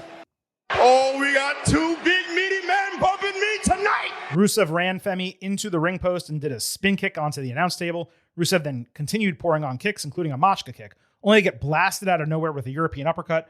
Rusev no-sold that, but he nevertheless ate puff, puff, toss, and fall from grace in a 4-minute Femi victory. Bury me softly, brother. This was exactly what I wanted, but it was in 1/3 as much time as it deserved. The only reason to do this, the only reason to book it this way, is if you are indeed running Oba and Brock Lesnar at WrestleMania and you need that guy to look like a beast. And I will note, Lesnar was promoted for next week immediately after this match ended. Otherwise, it was ridiculous to have Femi dominate his strongest competition, a guy who went to the limit with Sheamus multiple times since returning, a guy who took John Cena to his limit multiple times in 4 freaking minutes. Now, playing devil's advocate on myself, this booking truly showed how impressive and dominant Oba can look. I had 2 friends message me the equivalent of holy shit when it was over, but my expectations were different. And even if you disagree with me wanting 12 minutes, it's tough to argue it should have gotten 8. In another devil's advocate turn, I'll note it's possible 1 or 2 of the earlier matches went long and they had to shorten this. But look, Oba can wrestle, so I don't entirely understand why they aren't allowing him to do so. Squashes are okay, but for a match advertised over an entire week, this was disappointing, even if it was big meaty man slapping meat. That's what I want. So I'm going to introduce a new grade here. This was my first ever contextual bad. This was maybe the most disappointed I've been in anything in wrestling this year. Truly. Mm-hmm. I'm giving this an ugly, and it's 100% of the booking. I could not believe this. They built this up for several weeks, and I was really in. Like, this wasn't just something they threw together. They talked backstage a few times, then they set up a match. I even praised this last week, saying, "Look, you can do like 3-week TV feuds, and that works." And they were doing it, and I was excited for this. And then to turn it into another friggin' squash was such a waste of everything. Like, this was the opportunity. Oba Femi, he's done way too many frickin' squash matches. They are not helping him at all. They're not. Johnny Gargano, fine. Like, some of these other guys, fine. The point, though, is to eventually build that into impressive wins. Show what this guy can do. Maybe I'm wrong because you had some friends text you that they loved it, so I may be on an island here. Let me clarify. They didn't say they loved the segment. Yeah. They were impressed by Oba Femi. That specifically that he threw Rusev as far as he did, which was individually impressive. But continue. Yeah, but like, man, there was such an we say this all the time. People look more impressive when they're kind of pushed to the limit and win versus a squash. A squash does nothing in wrestling today. And that they're just doing this over and over and over with him. And Rusev is one of the few guys he's been matched up against that you think could give him a fight. Miz won't. Gargano won't. That's fine. But really show what this guy can do by withstanding Rusev. We still don't know who Oba Femi is, like, as an audience, if you haven't seen him on NXT. We know Rusev's former, U.S. champion, fought John Cena at WrestleMania, had a really long win streak. Like, there is still, I think, I don't know, cachet, or there is a bit of a respectability with Rusev. And making this a squash doesn't help anybody, I don't think. You go for a bit and have these guys put on a banger of a match, that gets people to notice Oba Femi. Now, again, maybe I'm wrong because of what your friend said, but man, I thought I was loving what they were doing here. And then to just do another squash match just made the last couple of weeks just a complete waste of time. This right here is bullshit. Come on, Oos. It's a joke, right? It's a joke, Oos. You ripping me? I had to find some drops we didn't use yet on the show because I'm pretty negative today. No, you're right. I mean, I was not going to go so far as ugly for this. We're really just parsing a different grade. But I agree with everything that you said. The way you get Obafemi over is you allow him to look like a beast in an extended match against a guy like Rusev. The reason why the Sheamus-Rusev feud worked was not because they each beat each other in 4 minutes. It's because they were putting on 17-minute bangers, beating the crap out of each other. And when one of them emerged, you said, wow, they really deserved that win. Now, I'm not saying that Oba needed to get his ass kicked for 6 minutes, but this went 4. He was the underdog for 3, and then he just completely powered out of it and killed this guy. If this went 8 minutes, it could have been a nice back and forth, a couple big spots. You do a barricade spot or an announce table deal or whatever the case might be. Maybe you do a rope break spot where Oba hits a European uppercut so hard, the top turnbuckle comes off, and you sell that. But you give it over the course of a match, not, it wasn't a squash necessarily, but it was a very, very short match that was unnecessary. So I completely agree with you. We don't need to go on it further, but it was a rare miss for WWE when it comes to Obafemi, and I'm glad that we both saw that. Natty, lastly here, got a commercial break promo saying she hoped Maxine Dupree had a nice hospital stay and had her feebleness diagnosed. Natty said Maxine doesn't belong in her business, and she got lost in WWE as Natalya, going without a title for a decade in a division that she built. Dupree attacked her from behind and laid down a decent beating until a pull apart gave Natty a chance to swing back at her. This is precisely the stuff that belongs during these breaks and not on television. Shit has no business being on TV, particularly during the road to WrestleMania. But WWE did show a clip of it after the break, so I will grade it as a bad. Not overly objectionable, but it was not good. Yeah, bad. I guess I'm done being interested in the new Natty character. I thought there was some real opportunity, and instead they're just, Maxine's back already. It's just terrible. I'm just glad it's not primarily on TV, though. That's a positive thing. Don't take up the limited TV time that you have with this on the road to WrestleMania. Yeah. Too bad. Because again, I think Natty's got something here, and we're just gonna weigh it down gonna put it into Maxine, I guess. Okay. Yeah. The Maxine experiment did not work, and everyone needs to come to grips with that because it worked partially. She got a pop for one night, and just the length of it, the amount of time she beat Becky. It was ridiculous. It just was. I'm never going to change my stance on that. It's as simple as that. All right, folks, look, that wraps up this WWE edition of the Getting Over Wrestling podcast. We are in the midst of a 3-episode week. We will be back on Thursday, not only talking NXT, but presenting your AEW Revolution Ultimate Preview. And if time allows, we will also talk TNA wrestling on that show next week. In this spot, when we cover WWE, we should have enough content to do another 2-week review of AAA, so you want to stick around for that. We also have plenty of questions and comments that all of you have sent. We just didn't have time to get to on today's show, but I promise we will parse those out over the next few weeks as this road to WrestleMania 42 continues. I mentioned that Thursday you'll have that AEW Revolution Ultimate Preview. On Saturday, we will have an AEW Revolution Instant Analysis. 3rd straight multi-episode week presented by the Silver King and Vintage, your boys right here at the Getting Over Wrestling podcast. On the way out, allow me to remind you here at Getting Over, I happen to love the number 5. And I hope you do as well. For $5 a month or $50 for the entire year, you can become an official Getting Overhead. Just visit buymeacoffee.com/gettingover. Sign up. You'll get bonus audio, the fastest 5 minutes in professional wrestling, instant reactions to every major show, and exclusive news analysis posts every week. Again, that is buymeacoffee.com/gettingover.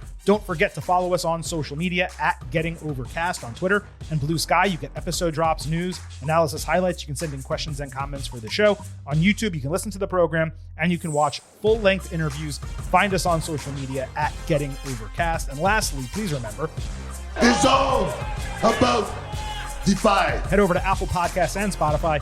Leave a 5-star rating on Apple. Take a little extra time. Leave a 5-star written review. If you do, we will read it right here on the show, as we did earlier.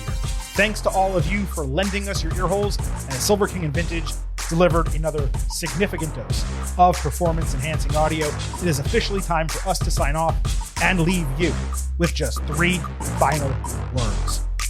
Bye for now.